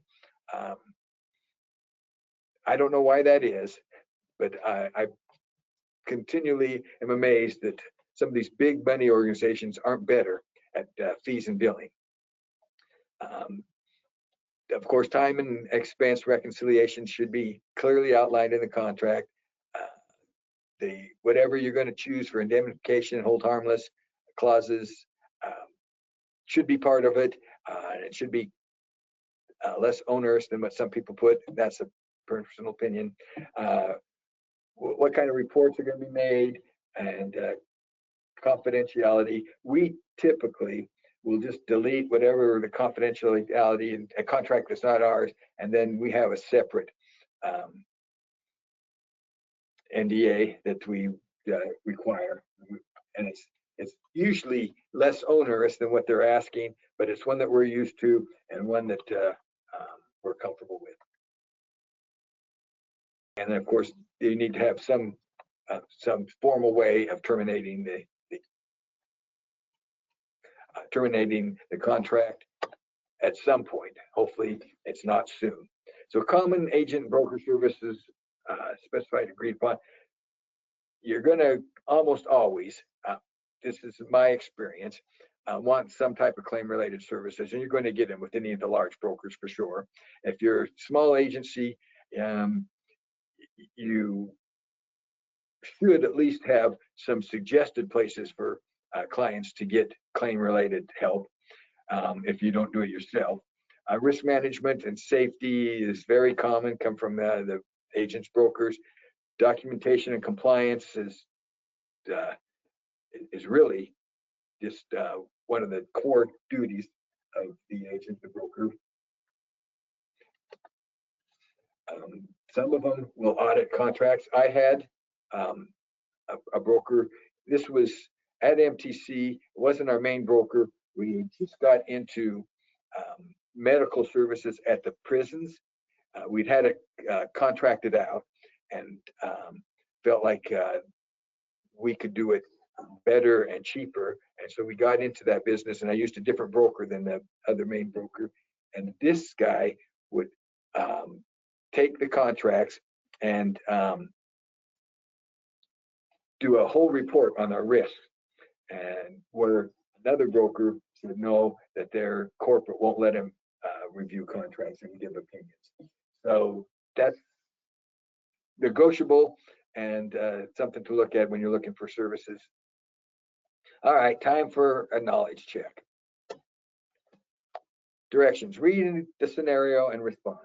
The top management of Acme Corporation decides that they will invite 3 insurance procurement providers: Frank Wilson, the brother-in-law and the local broker; International Insurance Services, a national brokerage; and Quality Mutual, a direct writer, to provide proposals. What are the insurance provider considerations that management should evaluate during the selection process? Be sure to explain your answers. Well, there's all sorts of answers, and we'll just go right to the answer. These are all possible answers right out of the outline. In which jurisdiction are they licensed? How long have they been in business? Who will be on the team? What is the qualifications, experience of each of those players? We're developing our risk finance team. Well, the broker has their own in-house broker team, and it needs to be functioning just as well as our team. What draft authority does the provider have on certain lines in certain situations? Does the agency or broker have errors and omissions? As we talked about, that just seems like a no-brainer for that particular service. Has the agency or broker had professional liability losses? That is one that I wish, this is kind of the mean side of me. I wish we would have listed, just because every one of the large ones have had some type of liability losses, and I would have been interested to see how they answered that question. Not that I would be able to have the time to check into each of the losses, but it would have been interesting to see what they're having. If I do it again, that will probably be in there. Summary of services the agency or broker intends to provide. Listing of carriers, direct and through other intermediaries. Carrier compensation arrangement, including contingency commissions for profit sharing, etc. References, I think references, and we did call the references on both the broker and on the TPA, knowing that they were not going to give us references that weren't good, but it was still enlightening, and we still learned a little bit, I think, on each of those calls.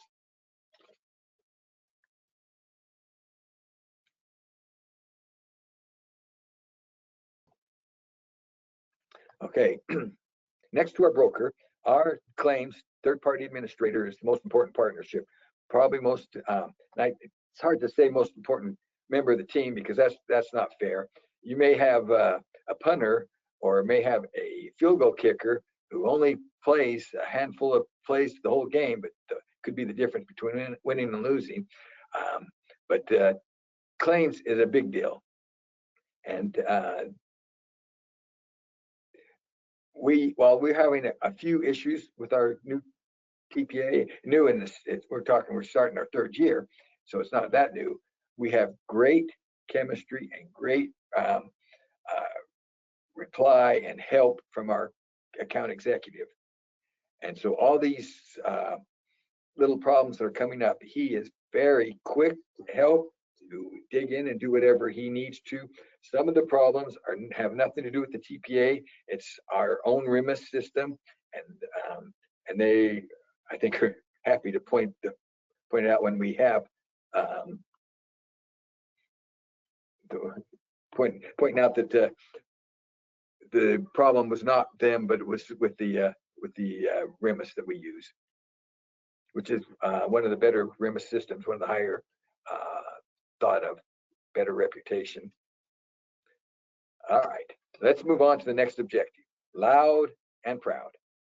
Describe the role of claims management in supporting an organization's financial stability. We already talked about how me and my friend argued about what was more important in risk, claims management or loss control, and there's, of course, no answer. Both of them are team members, both of them are important, and for different reasons, and should be able to coordinate and cooperate and help each other. Although I would still argue that loss control prevention is preventing the claims is the ultimate best idea, unless preventing the claims means you don't do anything. If you eliminate all risk, so that you can't have claims, then you're not going to be doing anything but curl up in the fetal position, and there's still risk there. All right, the role of the claims management.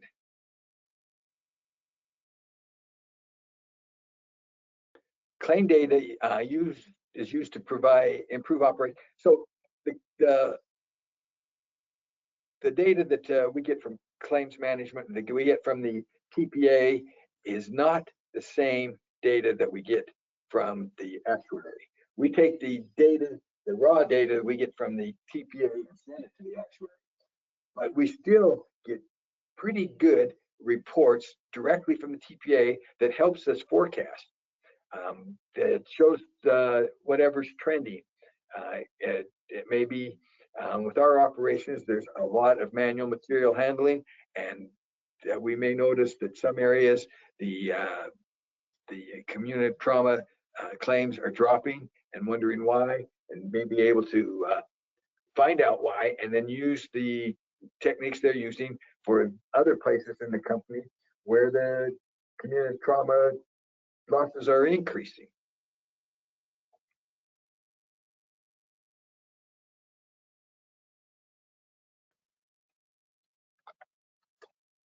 All right, I'm going to fix that during the next break. See if I can't get that to work. All right, the roles of the claims management: to gather data. The risk or claims manager will collect the data, the reports, identify and analyze contractual obligations. The effort can improve the overall finances performance, lowering the total cost of risk, which I concur to be one of the best measures of a good risk finance program, is minimizing TCOR, tempered with adopting mission, vision, risk tolerance, and risk appetite. Enforcing obligations. So they have some important things that are our TPA. Anytime we get a claim that triggers reasons to report it to the umbrella, to the excess carriers, we put in our contract that they're the ones responsible. So when the claim gets to be 50% of the deductible, that's an automatic trigger. You know, the 7 deadly sins: head trauma, death, limb, I don't remember all. Those are all automatic triggers. Those are the things that claims management needs to be doing for us, which they do, which no complaints over that. All right, how difficult to find? I find it very difficult to settle a claim for more than I think it's worth. We have, especially with auto liability, we'll have claims that you just know aren't worth what they're asking for, and yet you've got your defense counsel saying, well, plaintiff counsel is right about this. This venue has had these awards. You don't know what the jury's going to do. We all know the stories. One thing I can say that has really helped in that struggle is we've implemented in almost all of our delivery vehicles cameras, forward-facing and dash cams. Now I can say clearly that in the full scheme of things, that these cameras have saved us money on our losses. One example that stood out because it was so obvious is we had somebody on a city that you'd recognize driving alongside of our vehicle, pull up quickly in front of them, turn in front of them, and then tap on their brakes. So our driver had no way of not rear-ending them. They weren't going fast, so nobody was really going to get hurt. But the claim came out. The claimant was already within a day at emergency, and then seeing a chiropractor, and all sorts of claim injuries. And we found out that he had several similar type claims that he'd collected some big money, and when we went and looked at our dash cam, our camera, forward camera, and saw it was clear what happened, we showed it to the plaintiff counsel, and they immediately told the plaintiff, "You're gonna have to find a new counsel if you want to pursue this." And that was the end of it. Now that was the good part, and most of them we've had proof that others ran the red light when they were claiming we had, etc. Cameras are great, but we also had one driver literally on camera, sadly. I guess not sadly. I like when the truth is the truth. Fell asleep and then swerved into the oncoming traffic, resulting in a pretty serious accident. Interestingly, while that was a serious accident, the medical costs and everything were significantly lower than was typical to these rear end ones that we think are bogus. And I am a little bit biased, but I think this would be a great place to do our next break. So it's 10:01, be back at 10:11.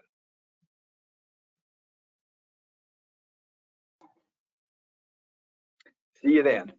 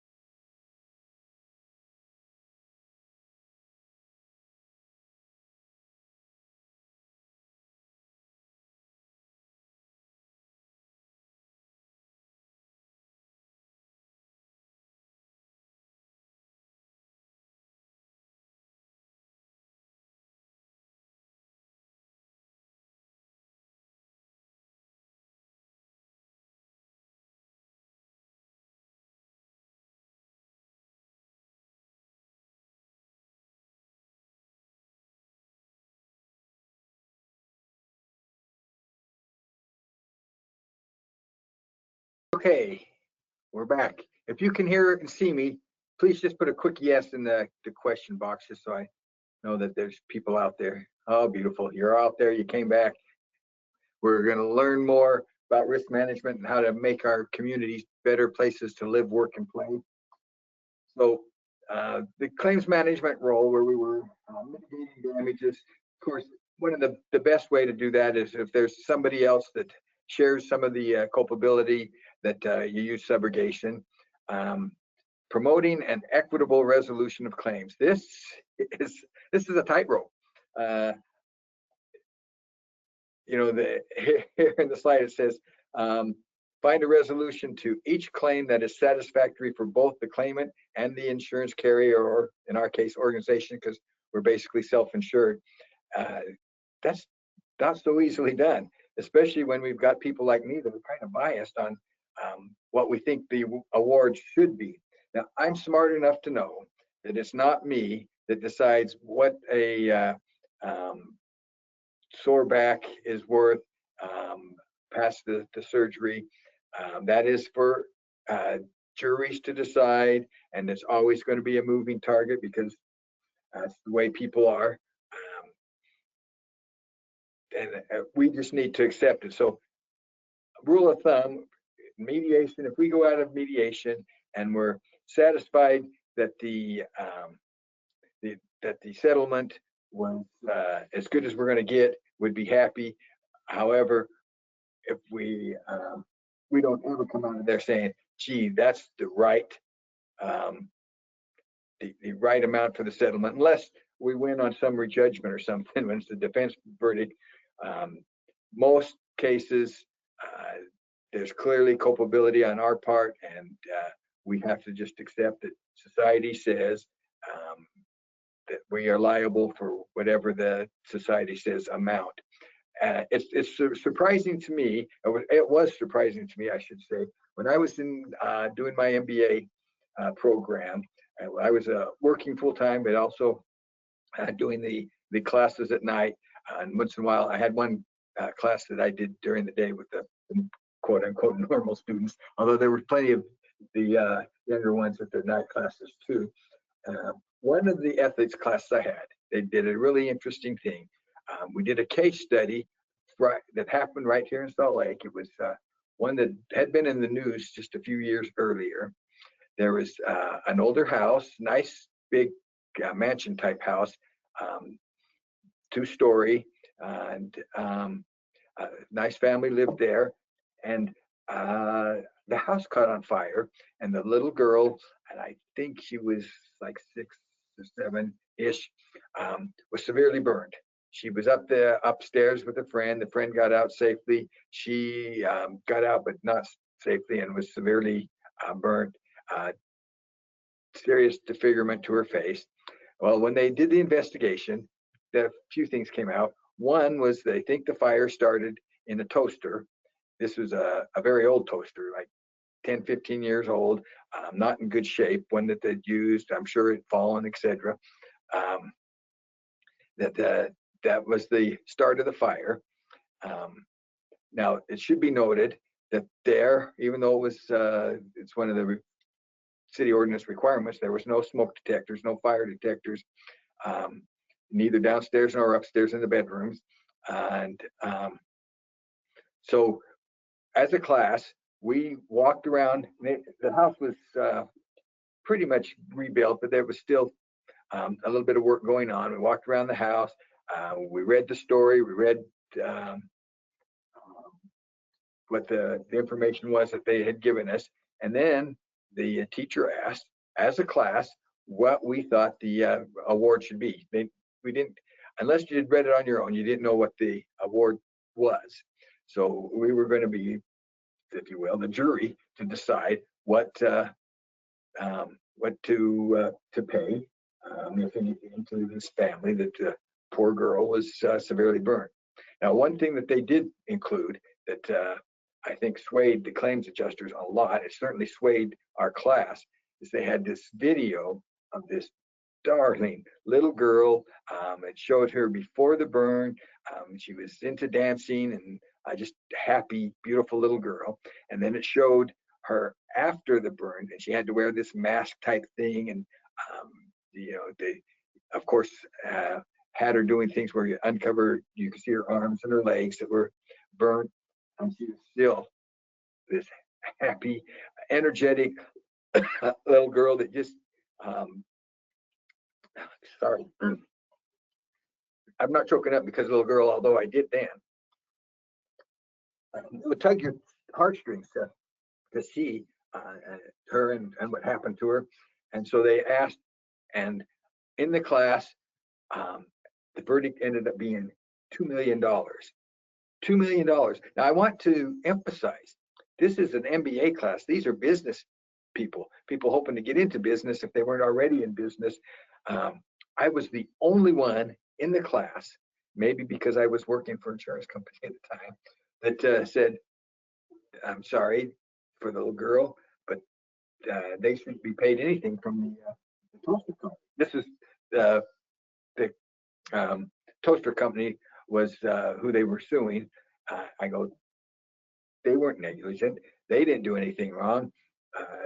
They have no control over their product, which is 10 years old and or older, and a simple smoke detector obeying the laws of the ordinances of the city would have completely prevented this because the smoke would go up quicker. No indication that it was so fast that it couldn't have got out. In fact, the playmate did get out, and so I stood alone, and I still think that I had good logic, but I was shocked. Our class could have been any jury, and so they were telling me that society has decided that if there's a chance that the toaster company did something wrong, even if it hasn't been proven, that they should have to pay for when something bad happens. Now, it's human nature. Something really bad happens like that, you want to find some way to have them compensated. I understand that feeling. I have a hard time accepting society's threshold, though, for some types of claims. And I know it's cyclical, and the pendulum will swing one way and then back the other. But that makes a very tough role for the claims people to try to make a resolution that's satisfactory to everybody. Oh, I worked on this clicker. I thought I had it down better. All right, so reducing fraud.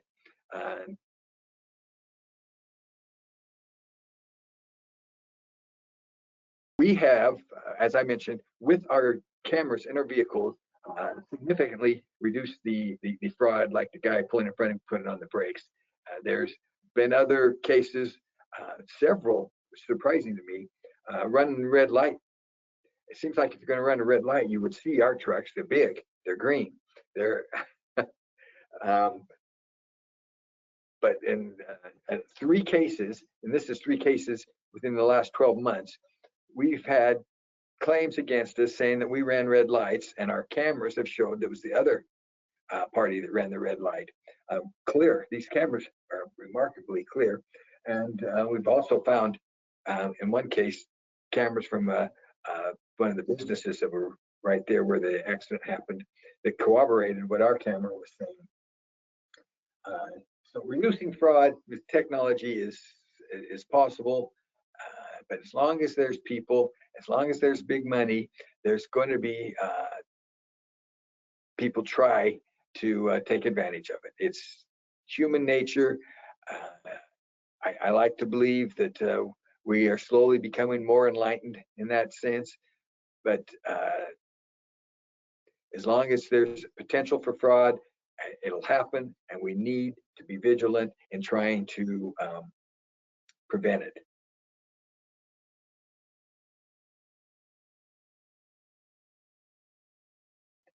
Okay, it's getting better. So claims management includes loss forecasting, and as I said, this is different loss forecasting than the technical stuff that you get from an actuary. We'll talk about that, specific things you're going to get from an actuary, but it doesn't take a full actuarial study to be able to see the data in the losses, especially if you're in a claims management role, and make some conclusions. And like I said, we get some pretty good graphs on a monthly basis from our TPA, along with some of our safety people have developed for their own specific uses, and some of the branches have even gone in. We use the TPA. A TPA has some services and things that you wouldn't get from the insurance company claims people. However, there's insurance company claims people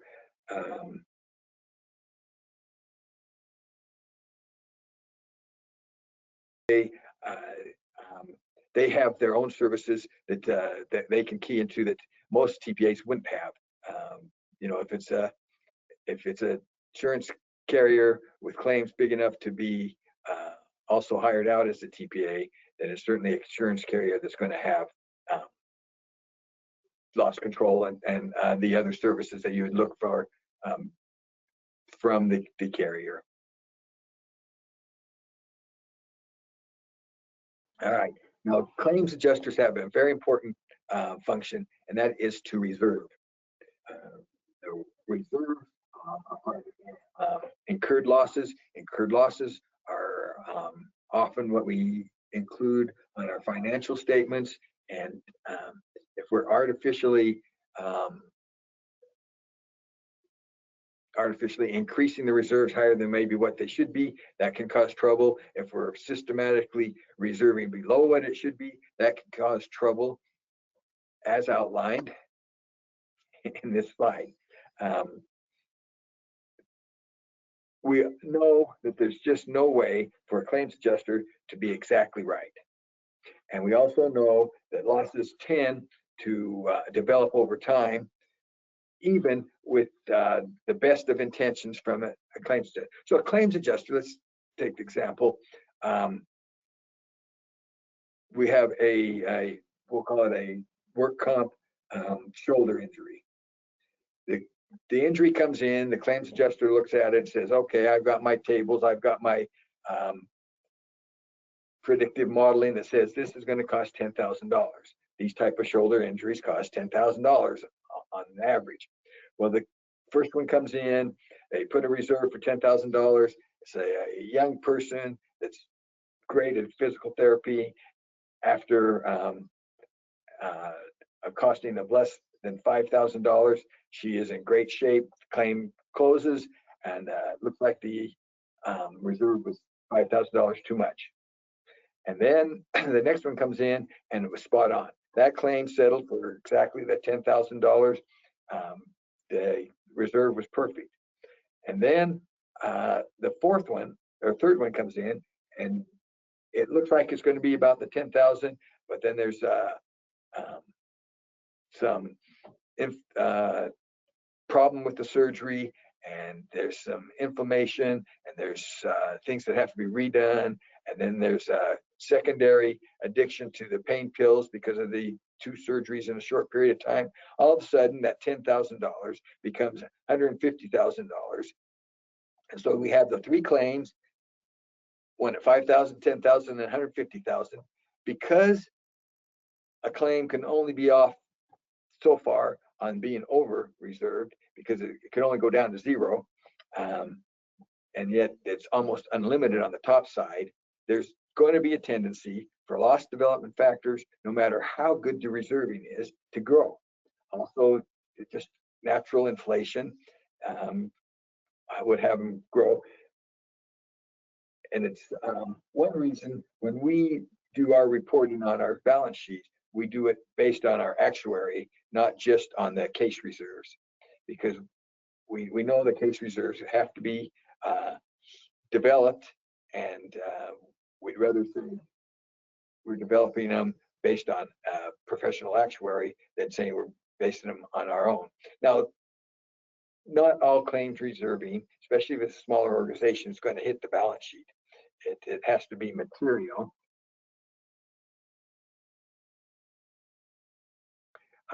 The best thing we can hope for, especially if we want to, what's good for the company, is stability. Businesses don't like the uncertainty, and for good reason, because it's harder to predict, harder to plan, harder to manage. So we're going to talk a little bit about reserve stability. And what you're aiming for is zero variability, but in practice, that's never going to happen. ISO 31000, this is the International Risk Management Standard, defines risk in a way, I love this definition, the effect of uncertainty on objectives. So you're emphasizing both threats, which we typically look at it for risk, but also opportunities. Case reserve philosophies, there's stair-stepping, where you just add the reserve as the claim progresses. That has some of its problems. That will cause typically lower reserves. But the one that you want typically is the reserve to ultimate. You talked about this a little bit yesterday. You take your case reserves and then you add IBNR, incurred but not reported. This is not just pure IBNR, but this is also IBNR based on just natural development. And ultimate reserves then would be our most accurate, assuming that we have a good actuary. Okay, so what will help us keep that stability? What are the things that we should, that would keep it stable? Let's talk about what would keep it unstable. And they're kind of mirror images of each other. Changing economic and legal environment. You're starting to get the nuclear verdicts. The pendulum may swing the other way. We may have some tort reform. And so reserving the exact same claim now may be different than reserving it later. And especially if there's, some things going on in the general economy that has caused attitudes to change, if you will. Changes in workers' compensation benefit structure. So I'm not sure how it is in every state, but I'm pretty sure in every state that, and I know for sure the times I've, and this is most years, followed the Utah legislature, there's always a couple bills that tweak the workers' compensation system. I think that Utah system, like most systems, works well, but that doesn't change them, stop them from doing different tweaks basically every year. Some of them significant. Presumption laws were pretty big a couple years ago. Some of them very insignificant, defining what would be a clinic that you would be able to dedicate as a first clinic of first choice. Just minor things.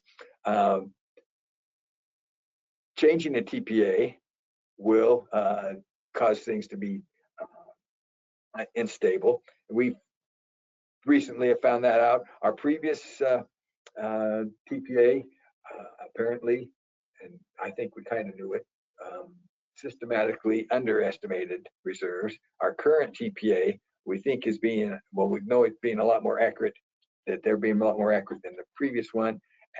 We think they may be estimating or reserving a little higher than maybe what is necessary. In my humble opinion, it's better to err on the higher than the lower. Although there's people in our finance department say no. My feeling is as long as we're consistent, but that's what adds to instability. It's when you have different TPAs, but not only different TPAs, different adjusters. In between adjusters of the same TPA with the same guidelines will be different. Of course, if there's problems like a poor adjuster or a poor attorney on a case, that would cause instability. Mathematical errors, that's inherently unstable. Insufficient volume of similar claims, That would, law of large numbers helps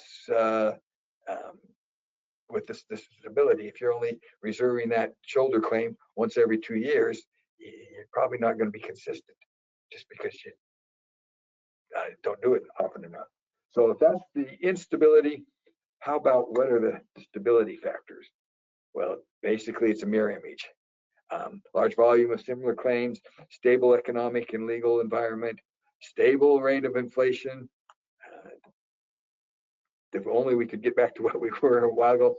However, I laugh at how people just moan at what they call the worst inflation ever.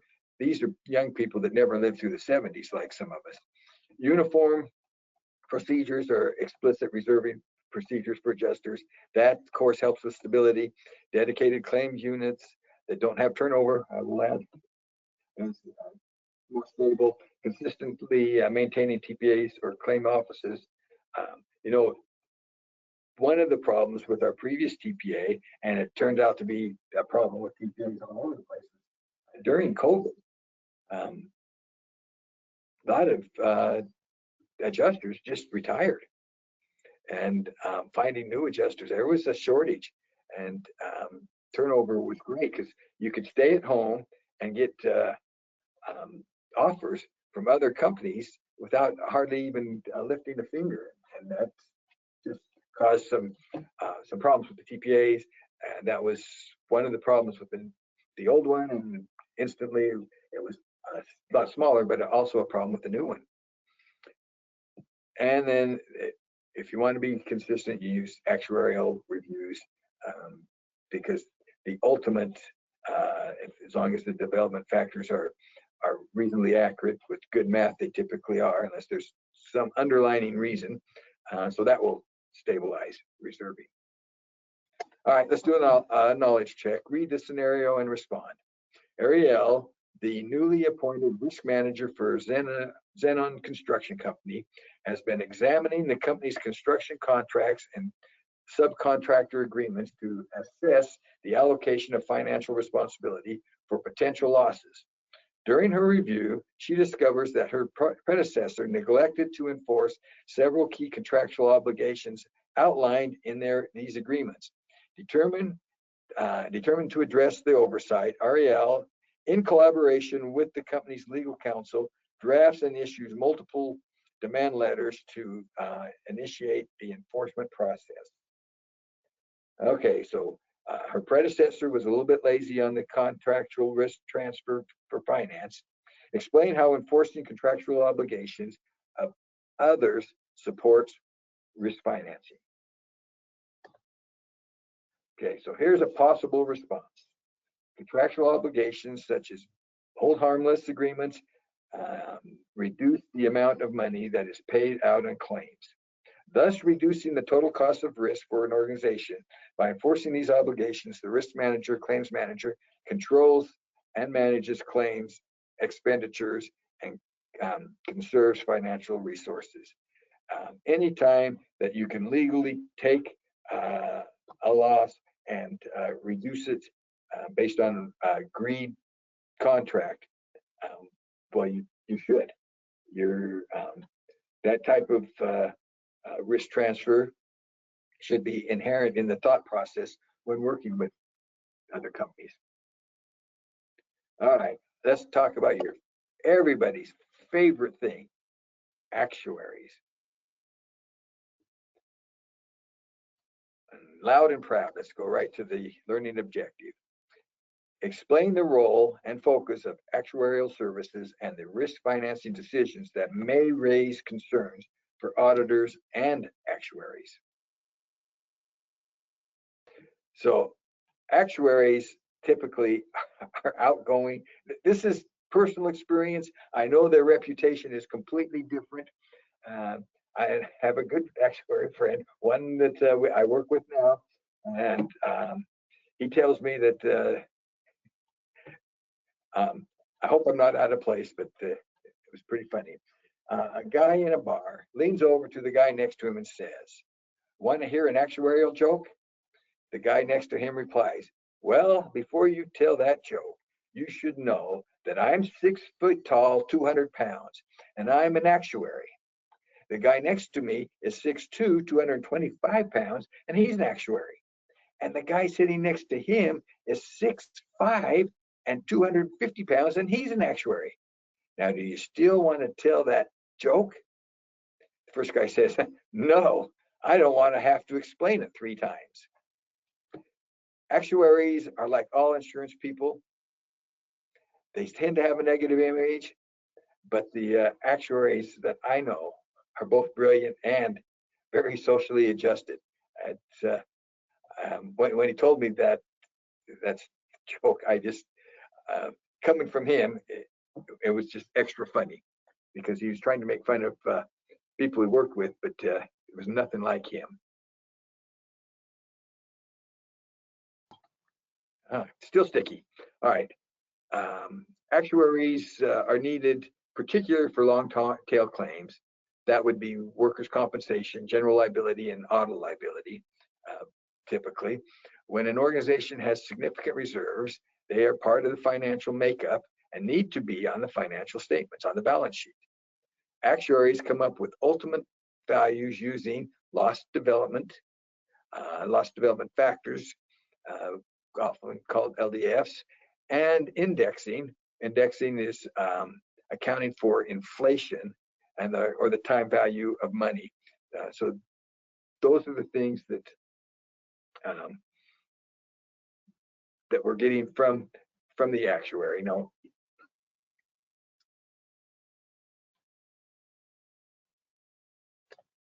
Okay, I'm going to work on it next break again. This seems to want to stick. So regardless of the method chosen for risk financing, the size and complexity of an organization may necessitate involving an actuary for several key reasons. Insurance products. Many risk financing programs utilize insurance, and actuaries can ensure that premiums are reasonable. I don't know this, but I think any insurance company of any size will be using actuaries, and not just one actuary, but they may have as a outside service or consulting, but they are basing their business on actuaries. And captive insurer. So when a captive insurer company is used for internal financing or access external reinsurance, actuaries are the lifeblood of being able to determine if the captive is viable. It's required by the regulators, I think, in every domicile. And the need for the actuary service will depend greatly on what the risks are and how the captive is structured. Captives can be structured infinitely a different amount of different ways, so it will depend. But if you're trying to have an insurance captive and trying to be actual transfer, you've got to have actuaries help you paint a clear picture so that you're not doing some really dumb things like some captive owners have done in the past. So we definitely use our captive to tell us what reserves are required based on our known losses, and then they forecast what we are going to need during the upcoming year. We use these numbers to help allocate the total cost of risk, meaning we allocate the premiums plus the losses, which is the bulk of our total cost, to the individual branches. Like I said, we have 80 branches in North America. All right, just 2 weeks ago, we received our actual report. Always anxiously waited for by our finance department, because they always have that actual report to give to our auditors. Our auditors are with one of the big audit firms. They have been here for 2 weeks solid. These guys, there's 3 or 4 of them, and they work late. They come in late. They put in a lot of hours. They're going over all our books, and some of them seem to have an understanding of actuarial reports. Some don't. But we've gone on several sit downs, going over the report, showing where we've put the expected losses and the loss reserves into our financial analysis. And it's a little bit fascinating, a little bit frustrating, explaining it each year, but it's good for me to have to do that because it forces me to try to remember and learn it each year. So there's loss reserve review, budgeting assistance, that's from the allocate, and then allocating TCOR. We use our actuary, and like I said, we actually have them two different reports. Our normal loss reserve report done at the beginning of the year, and then an allocating report that we use for our allocation in the summer. And then our policy year starts November 1. All right. Risk financing relies on the effective collaboration of actuary, accounting, audit functions to ensure accurate planning and reporting and oversight. Actuary services provide essential data on current and future payouts, on uncertain estimates, and forming the foundation of any risk financing strategy.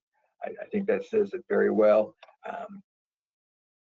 We are blessed to have mathematical models, mathematical tools that are able to take old data and in an amazingly accurate way predict what the future will be based on the exposures and predict what is needed based on the losses that are known to pay those losses.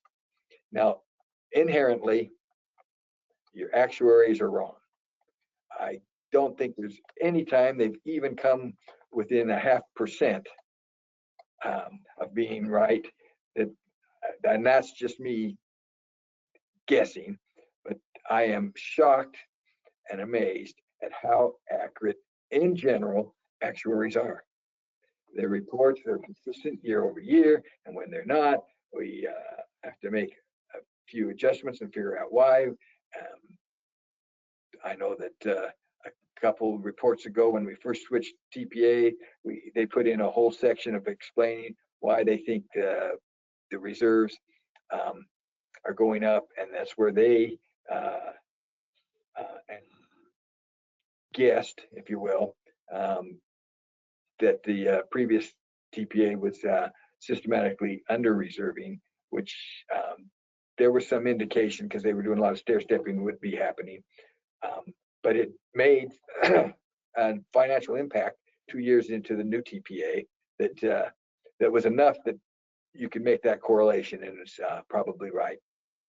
Accountants, they document the results of financial strategies through financial statements, while auditors systematically review these statements and ensure they accurately reflect organizations' risk financing outcomes.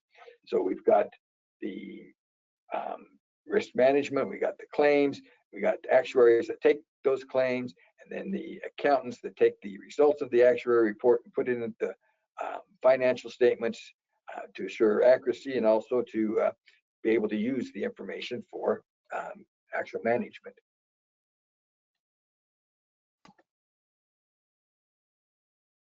So reserving considerations.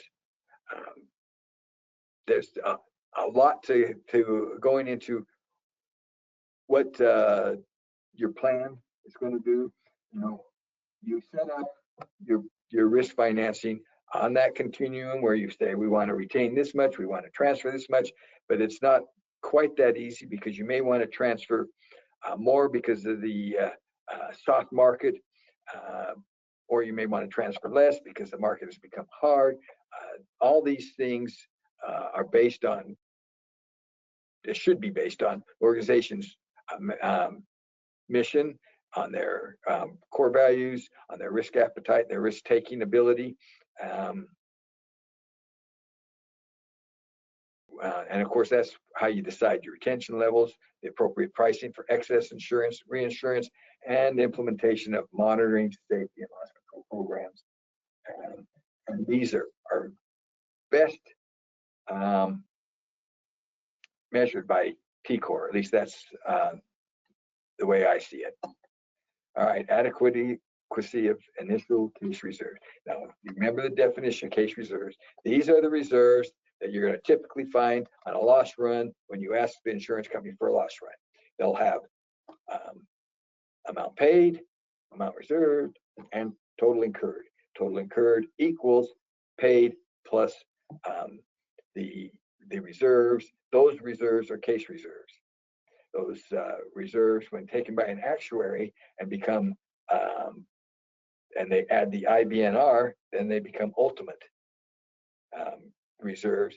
And if you're taking the total incurred, they become the ultimate claim. In theory, IBNR decreases as claims are settled. For most part, self-insured organizations or those with high retention, a combination of case reserves and IBNR is the most common approach to determining reserve amounts. So case reserves, if you're not big enough or don't see the need to hire your own actuary, if you are, then you always want to use case reserves with IBNR. And that would be a lot more accurate, and especially if it's something that's going to go on your financial statement. All right, we're going to do another reflection question. Take a couple minutes thinking about this. Write down maybe some of your thoughts. So, reflection question: how can organizations determine the appropriate amount of reserves to carry, considering that initial case reserves are often based on incomplete information and may not adequately reflect the ultimate liabilities shown on a financial statement, on financial statements?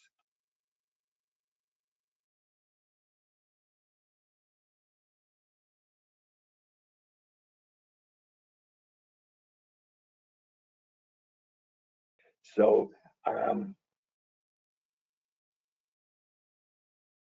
one thing that they can do is buy more into new technology, where you're going to use AI, predictive analytics. You may just reevaluate on a more regular basis. It might be that you just aren't doing a reevaluation. And of course, one I recommend, at least if you're a certain size, is you use an actuary.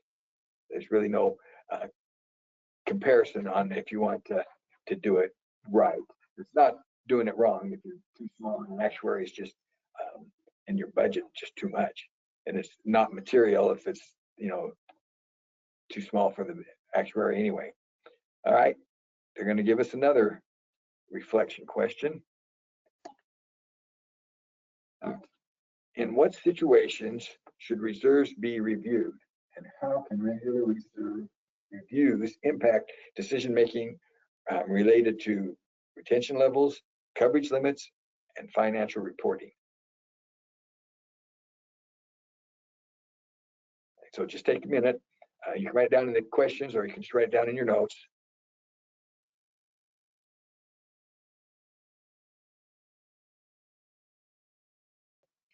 I can tell you situations where we do reserve and we do pretty good due diligence for new acquisitions.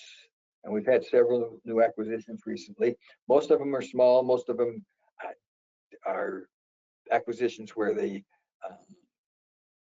were acquiring organizations that had guaranteed cost programs. So there's no real sneaky liabilities out there. However, we did have one recently, a little bit larger, and they were using a part of a group captive. And we had to do some digging into that to see what the assessment would be if the captive failed. The way it was set up, and it was, they were very good about giving us at least a limited assurance of their financial strength. And it was acting like a guaranteed cost insurer for that organization. They paid their premium, the group captive paid the losses. we did mention in the notes that there was a possibility that that captive could fail and that it could be assessment. But we made a note that we thought it was very remote. So also, you're going to want to really look at your reserves when you switch TPAs.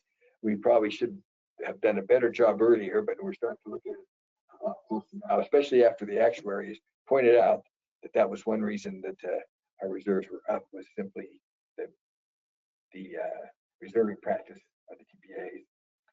And whenever you're looking for trends, would be a good time.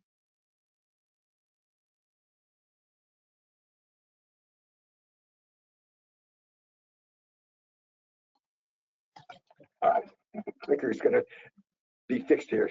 Next break. Each year, as part of the independent outside audit, I sit down, just like we did a couple weeks ago with the treasurer. But in this case, they always pick 2 to 4 specific claims that they're always large numbers. I guess that's probably their protocol. And they want us to justify all the payments. And so we have to get original invoices. Now, fortunately, our TPA has these records.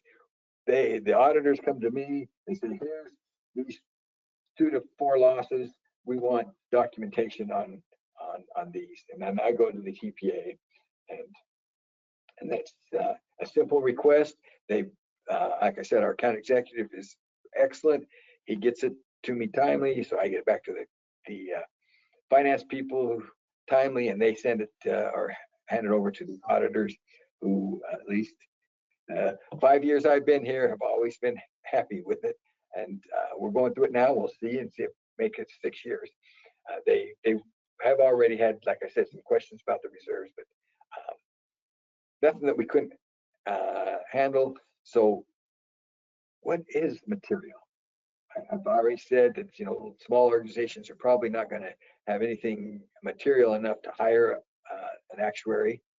So the definition of materiality, it can vary, depends on what the need is for. For a risk manager, an event can be considered material if it influences a decision. So if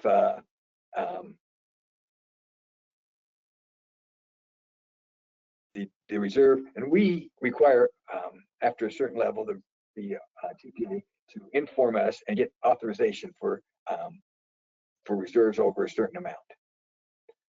That helps in this consideration. And so by definition, these amounts are material to the risk department here at Alsco.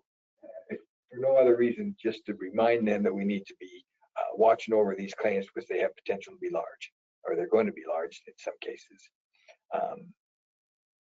So consideration is typically material if one of these apply. It is the main focus of the study. If this is what you're trying to find, then of course it's material. 2, its exclusion could lead to a misleading conclusion. Neglecting account for excess insurance reinsurance could mislead stakeholders about the financial strength of case reserves.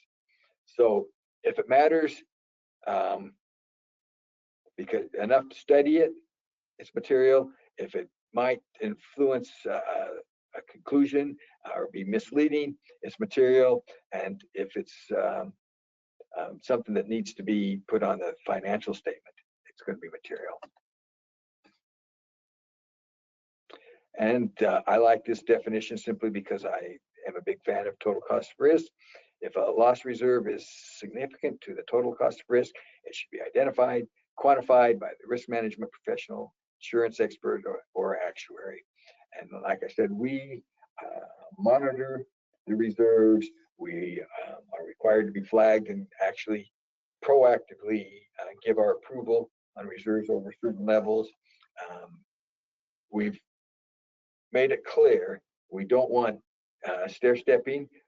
If an adjuster finds reason to make a reserve that goes over our threshold, we don't want them to go just under it, just so it saves them sending an email to us, we are, at least we try to be very prompt on issuing our authority for those increased reserves. It's rare that we don't, and it might be for different reasons.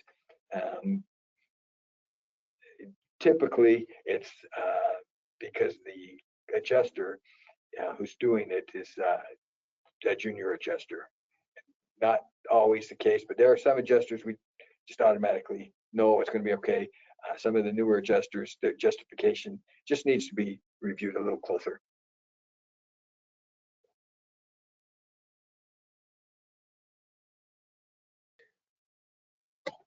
Okay, actuarial reserve of loss, review of loss reserves. I have been lucky. My primary risk management work has been with two large private companies with strong financially, with their financials showing that strength. That has certainly helped me in doing my job. It's also helped on our collateral. It helps on our submissions to insurance carriers. It's just a pleasant problem, not a problem, pleasant place to be, but it's not always the case.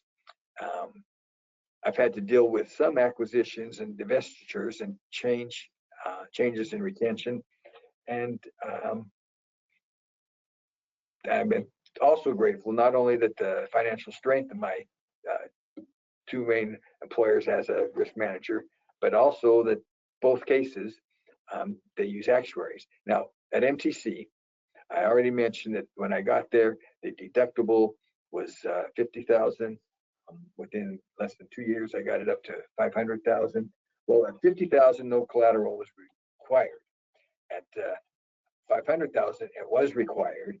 And while I was the one that was using the same things you learned in analysis of risk, coming up with our predictions, coming up with developed losses, ultimate losses. Now, they weren't accurate, but they weren't bad. But our financial auditors said, no, we don't accept this risk manager who's working here, who doesn't have an actuarial designation doing this kind of work. We are going to require for us to accept these reserves, etc., that you hire a professional actuary. So we did. And so I've been blessed with a professional actuary at my previous employer at MTC, and I've had they had one here that we've worked with for years. One of the most pleasant actuaries I've ever met. I think I've already told you that. So the actuary will look at reserves.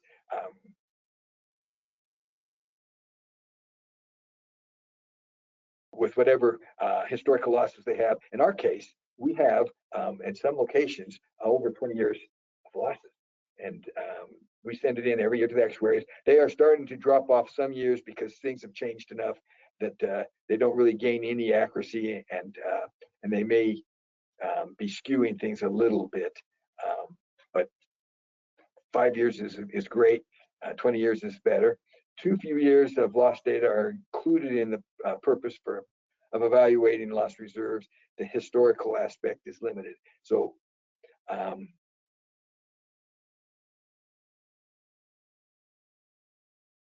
actuaries, they'll come right out and say our hands are tied with the data that we have, but this is what we can conclude, and they always will have extra notes. If retentions have changed or are not reflected in loss data, details of these retentions must be included. So we give a table of what our retentions have been, our deductible programs. We have for well over 10 years had $1 million for work comp, auto liability, general liability. Just recently, we jumped the auto liability to $2 million. The one location, or one that has had significant, not significant, but numerous retention changes is our Texas non-subscriber. It's just a completely different market. We're up at $500,000 now, but when I started, the first year I started, we were at 10,000, just the way that program was structured. And it is 10:01. Let's take a break to, no, sorry, 11:01 your time, most people's time, and we'll go to 11 past the hour. See you in 10 minutes. Thank you.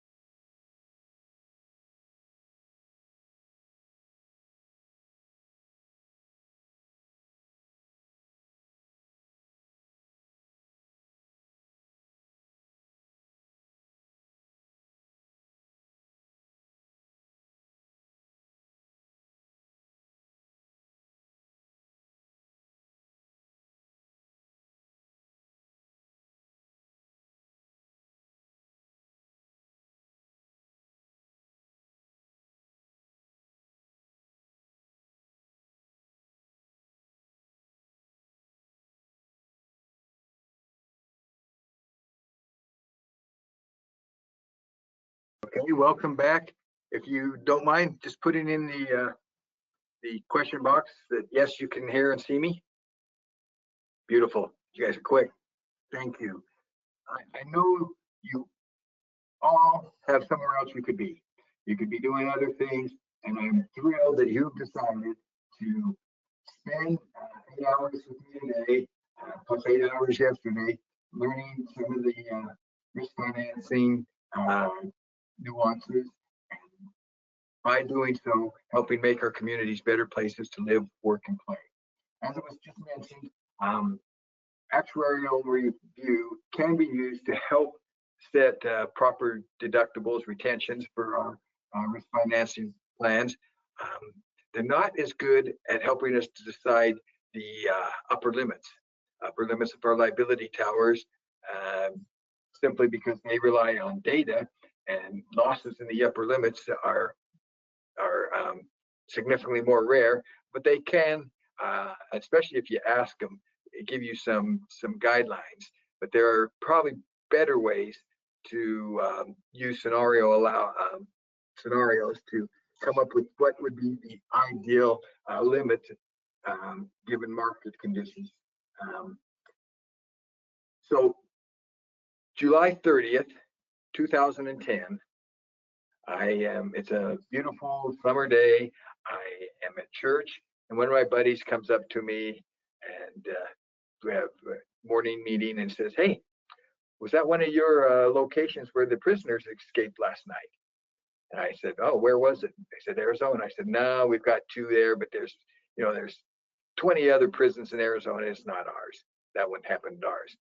But of course, I ran to my car where my phone was, found out I had several dozen messages, and yes, sadly, this is a prison risk manager's nightmare. 3 of our inmates had escaped.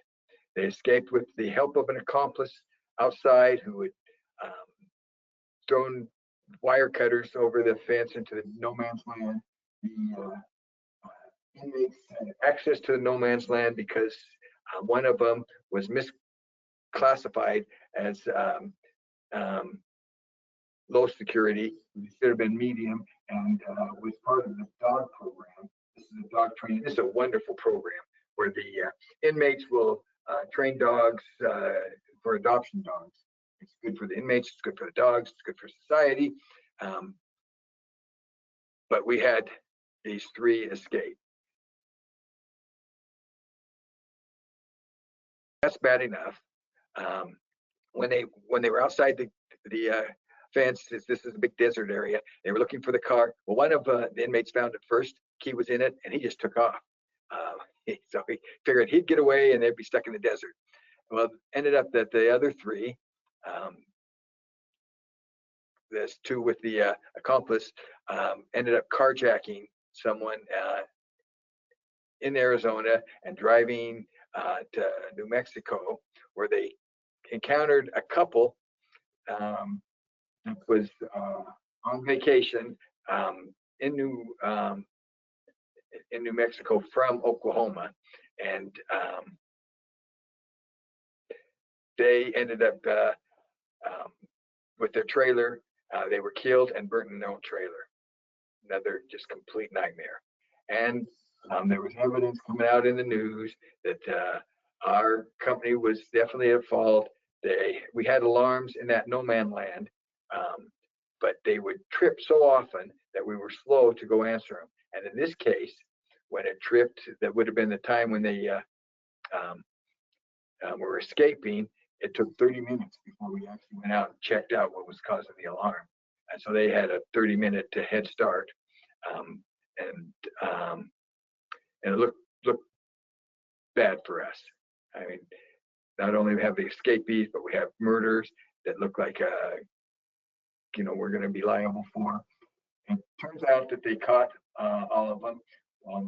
The one that had found the getaway car in Colorado, another that had been part of the murder up in Wyoming, just outside of Yellowstone National Park.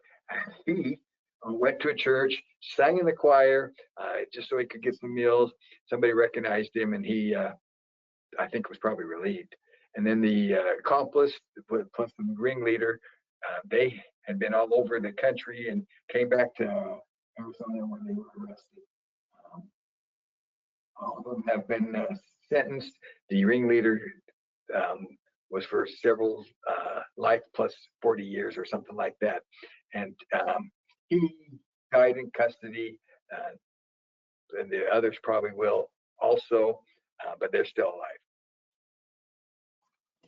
So this happened. This is the ultimate nightmare. We can't think of anything worse. Definitely went beyond our primary level. It went, of course, shot through the claim shot through our deductible, through our primary level, and we had several levels of liability in a tower, and this pierced most of them. Not most of them, but a lot of them. It's probably not as high as you would guess, but it was well into the seven figures. It caused us to say, okay, we got lucky on a couple things. It could have been hard to imagine, but it could have been worse. There were a few facts that helped us. One main fact was the murdered couple, where only had one family member, and then they were quite old. Those are things that at least money on the claim, and I'm about to sneeze. So we decided we need to reevaluate, because just with a few different facts, children or something involved, and that would have pierced what we had at that time. So we did some scenarios, including other escapes and including potential riots and things that could have been serious at some of our facilities, and concluded that we needed to add to that tower. So after a loss like that, that is the worst time to try to be adding to excess. But as a risk financing team, the senior management plus our broker sat down and we picked a level. We found out what it would cost to get to that level. It was less than we thought, so we actually picked a little bit higher level.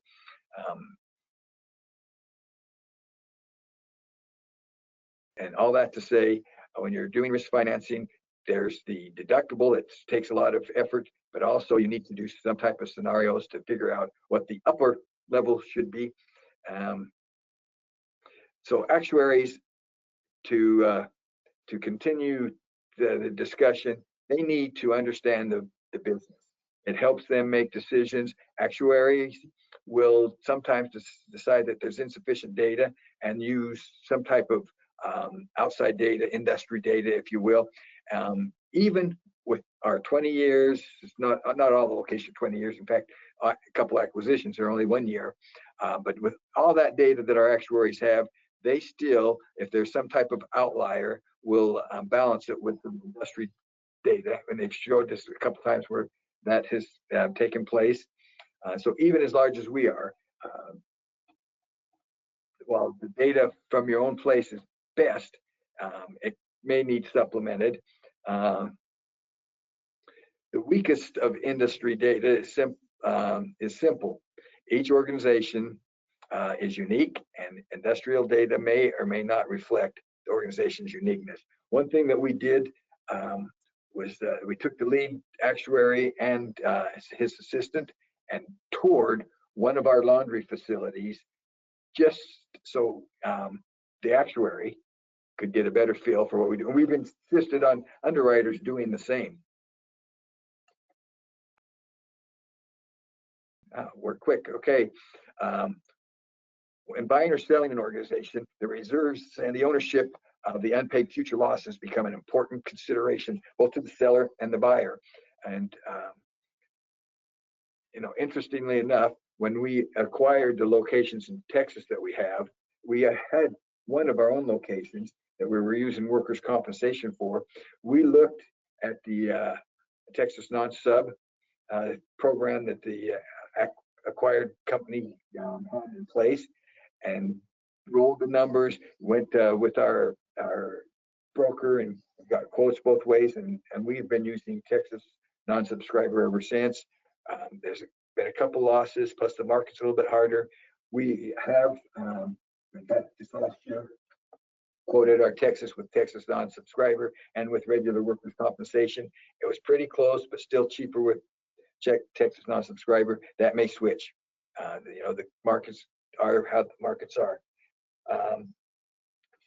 I think it may be helpful to look at some actual tables from some actuary reports. This is from a company that's similar to ours, a little bit smaller in some areas, a little bit bigger in others, but it'll give you a flavor for what you can get from the actuaries. All right, so probable range of estimates. So this table tells you the expected loss. This expected loss is our loss pick. So we have automobile liability, general liability, Texas non-subscriber, and workers' compensation. So these are what we put on in our financial statements. It's what we use for estimating total cost of risk. It's kind of the foundational number that we get from them. Now, if you want, so what it's saying with this expected, if the data analysis goes exactly like you would expect, this is exactly how much you'd spend on workers' compensation. It's 9.8 million. But it's never, because it's an estimate, it's never going to hit that number. The actuaries can tell you that. The odds of that are close to zero. But you don't want it to be 50-50. So at 50% confidence level, half the time it'll be above this number and half the time below it. Now the difference between the 50% and the expected, this is because our loss data, like everybody's loss data, is skewed to the right. You learned a little bit about the effective skewed data. That's why the difference. But what this is saying is if you want 95% confident that you'll have enough money, then you need to plan on 13.4 million. And then of course, everything in between and for all the lines.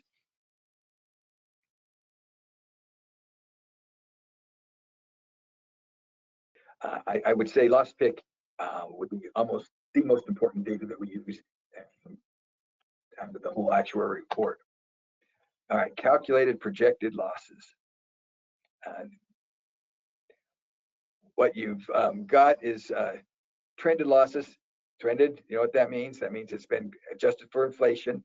And then you've got your pure loss ratio or loss rate per vehicle. So we calculated expected losses, number of vehicles, and then come up with these rates over these years. And then you can use an average of these, or you can use a weighted average or an educated average. You may say, look, it's less these recent years. We'll weight those a little heavier. In this case, they use just the average, I believe. And now, how do they come up with the development? How do they know how much the trended losses will be?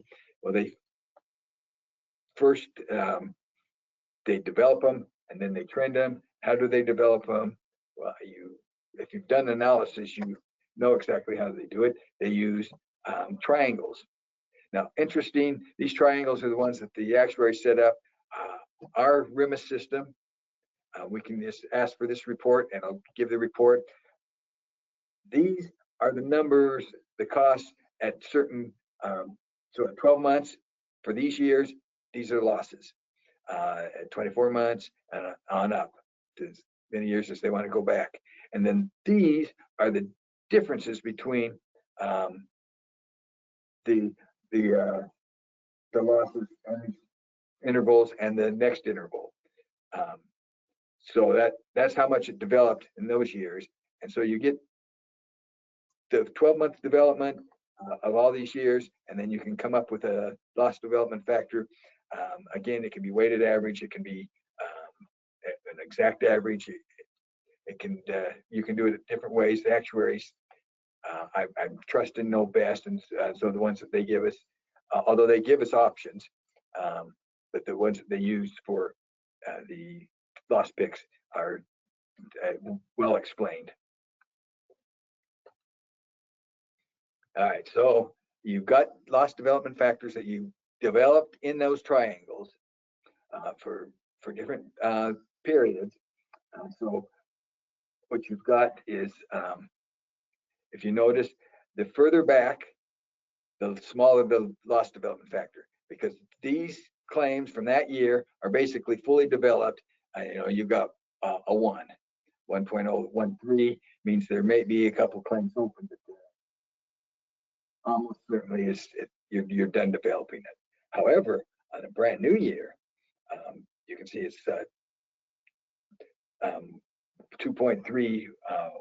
So that's developing it a lot more than back. So the further back you go, loss development factors are smaller, and then you multiply those by, so what you have is incurred, paid, and case reserve loss development factors, and then in this case we use the incurred and paid and case to come up with the ultimate.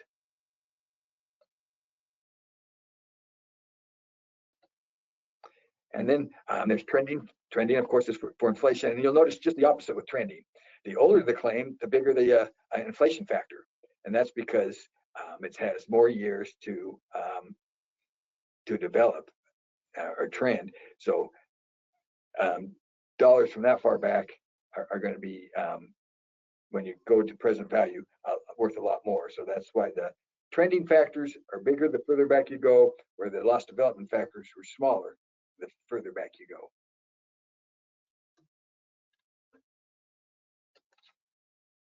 So estimating required reserves. You've got the coverages, the reported paid losses, the estimated required losses, case reserves, and then the development on known cases. So that includes the IBNR. So that is coming up with the ultimate. And I know this is just fascinating, but we'll move on.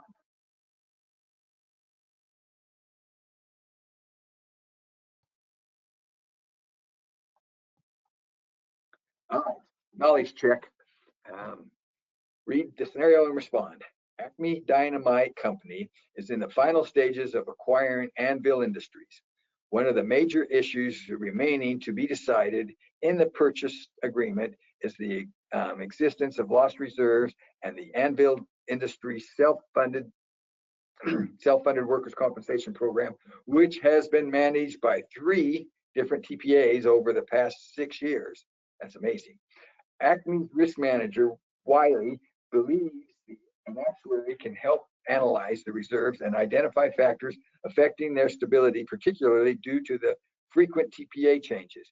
Identify 2 additional factors that contribute to reserve instability.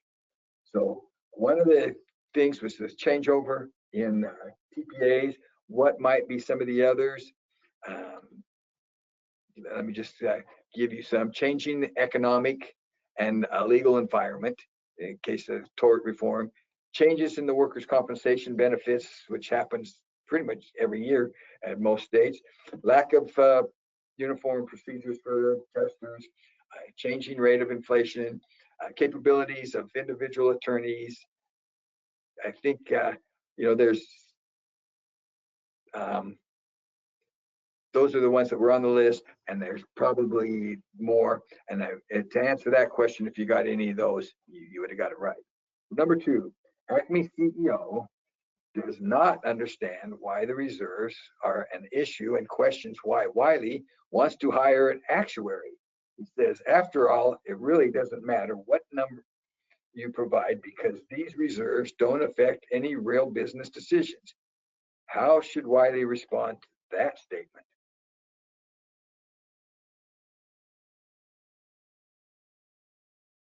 Not quite as easy to come up with. Oh, okay. I forgot I had done this. All right, so those are the answers to the last one. Same one. And now for this one for Acme, how should Wiley respond? An actuary or actuarial analyst assess the financial impact of potential risk using statistical financial theories and mathematics. Their duties include estimating probabilities of the success of certain business decisions and projecting the probability and cost of potential negative events. If Anvil has repeatedly understated its reserves, the true amount of the liabilities Acme is assuming it is not properly valued and severely impacts the acquisition decision. Bad information may make bad decisions. Acme insurance program deductibles, limits, and retentions would be affected by reserve insufficiency, requiring an actuarial analysis of the entire insurance program. Industry experience shows that total claim reserves increased in value over time for several reasons beyond the incompleteness and non-reporting existing claims that may increase financing risk.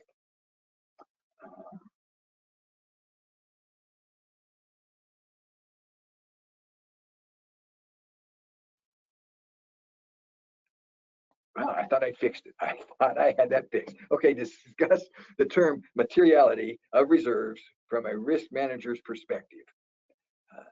And here would be an acceptable answer. An event is material if it would impact a decision. A loss reserve is material if, one, it is the subject of the actuarial study, or two, if failure to include the reserves considerations of financing could produce a misleading conclusion. And if a loss reserve is material to the overall total cost of risk, then the loss reserve should be identified and quantified by a risk management professional, insurance professional, or an actuary. And I prefer that last one, actuary.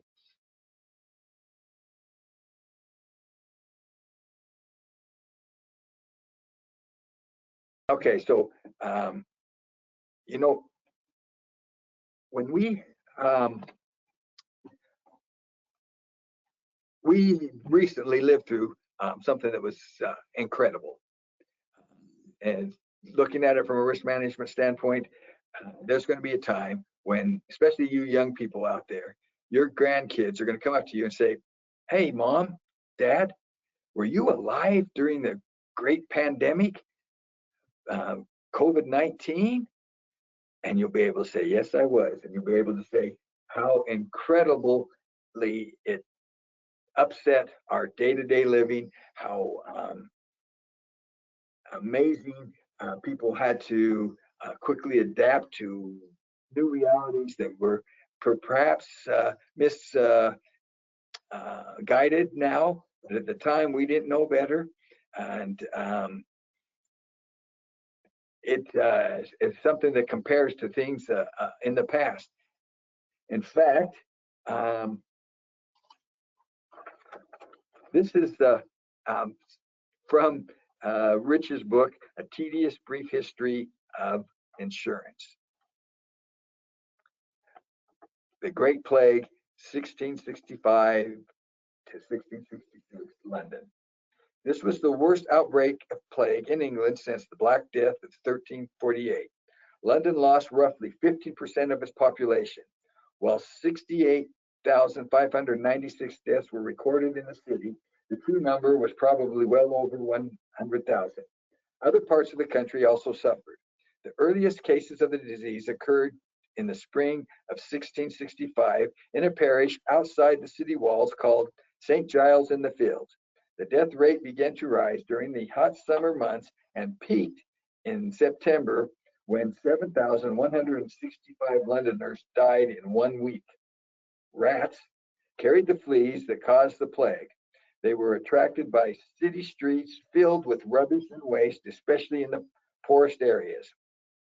Those who could, including most doctors, lawyers, and merchants, fled the city. Charles II and his courtiers left in July for Hampton Court, and then Oxford. Parliament was postponed and had to sit in October in Oxford, the increase of the plague being so dreadful. The court cases were also moved from Westminster to Oxford. So if we think that we had it bad, history shows that it could have been worse, but it's hard to imagine.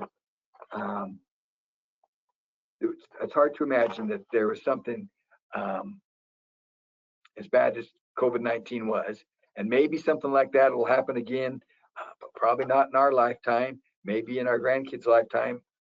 We just plain don't know. But thankfully, we have minimized conflagrations that burnt down whole cities that used to be a plague. And so this again out of Rich's book, The Great Fire of 1666, London.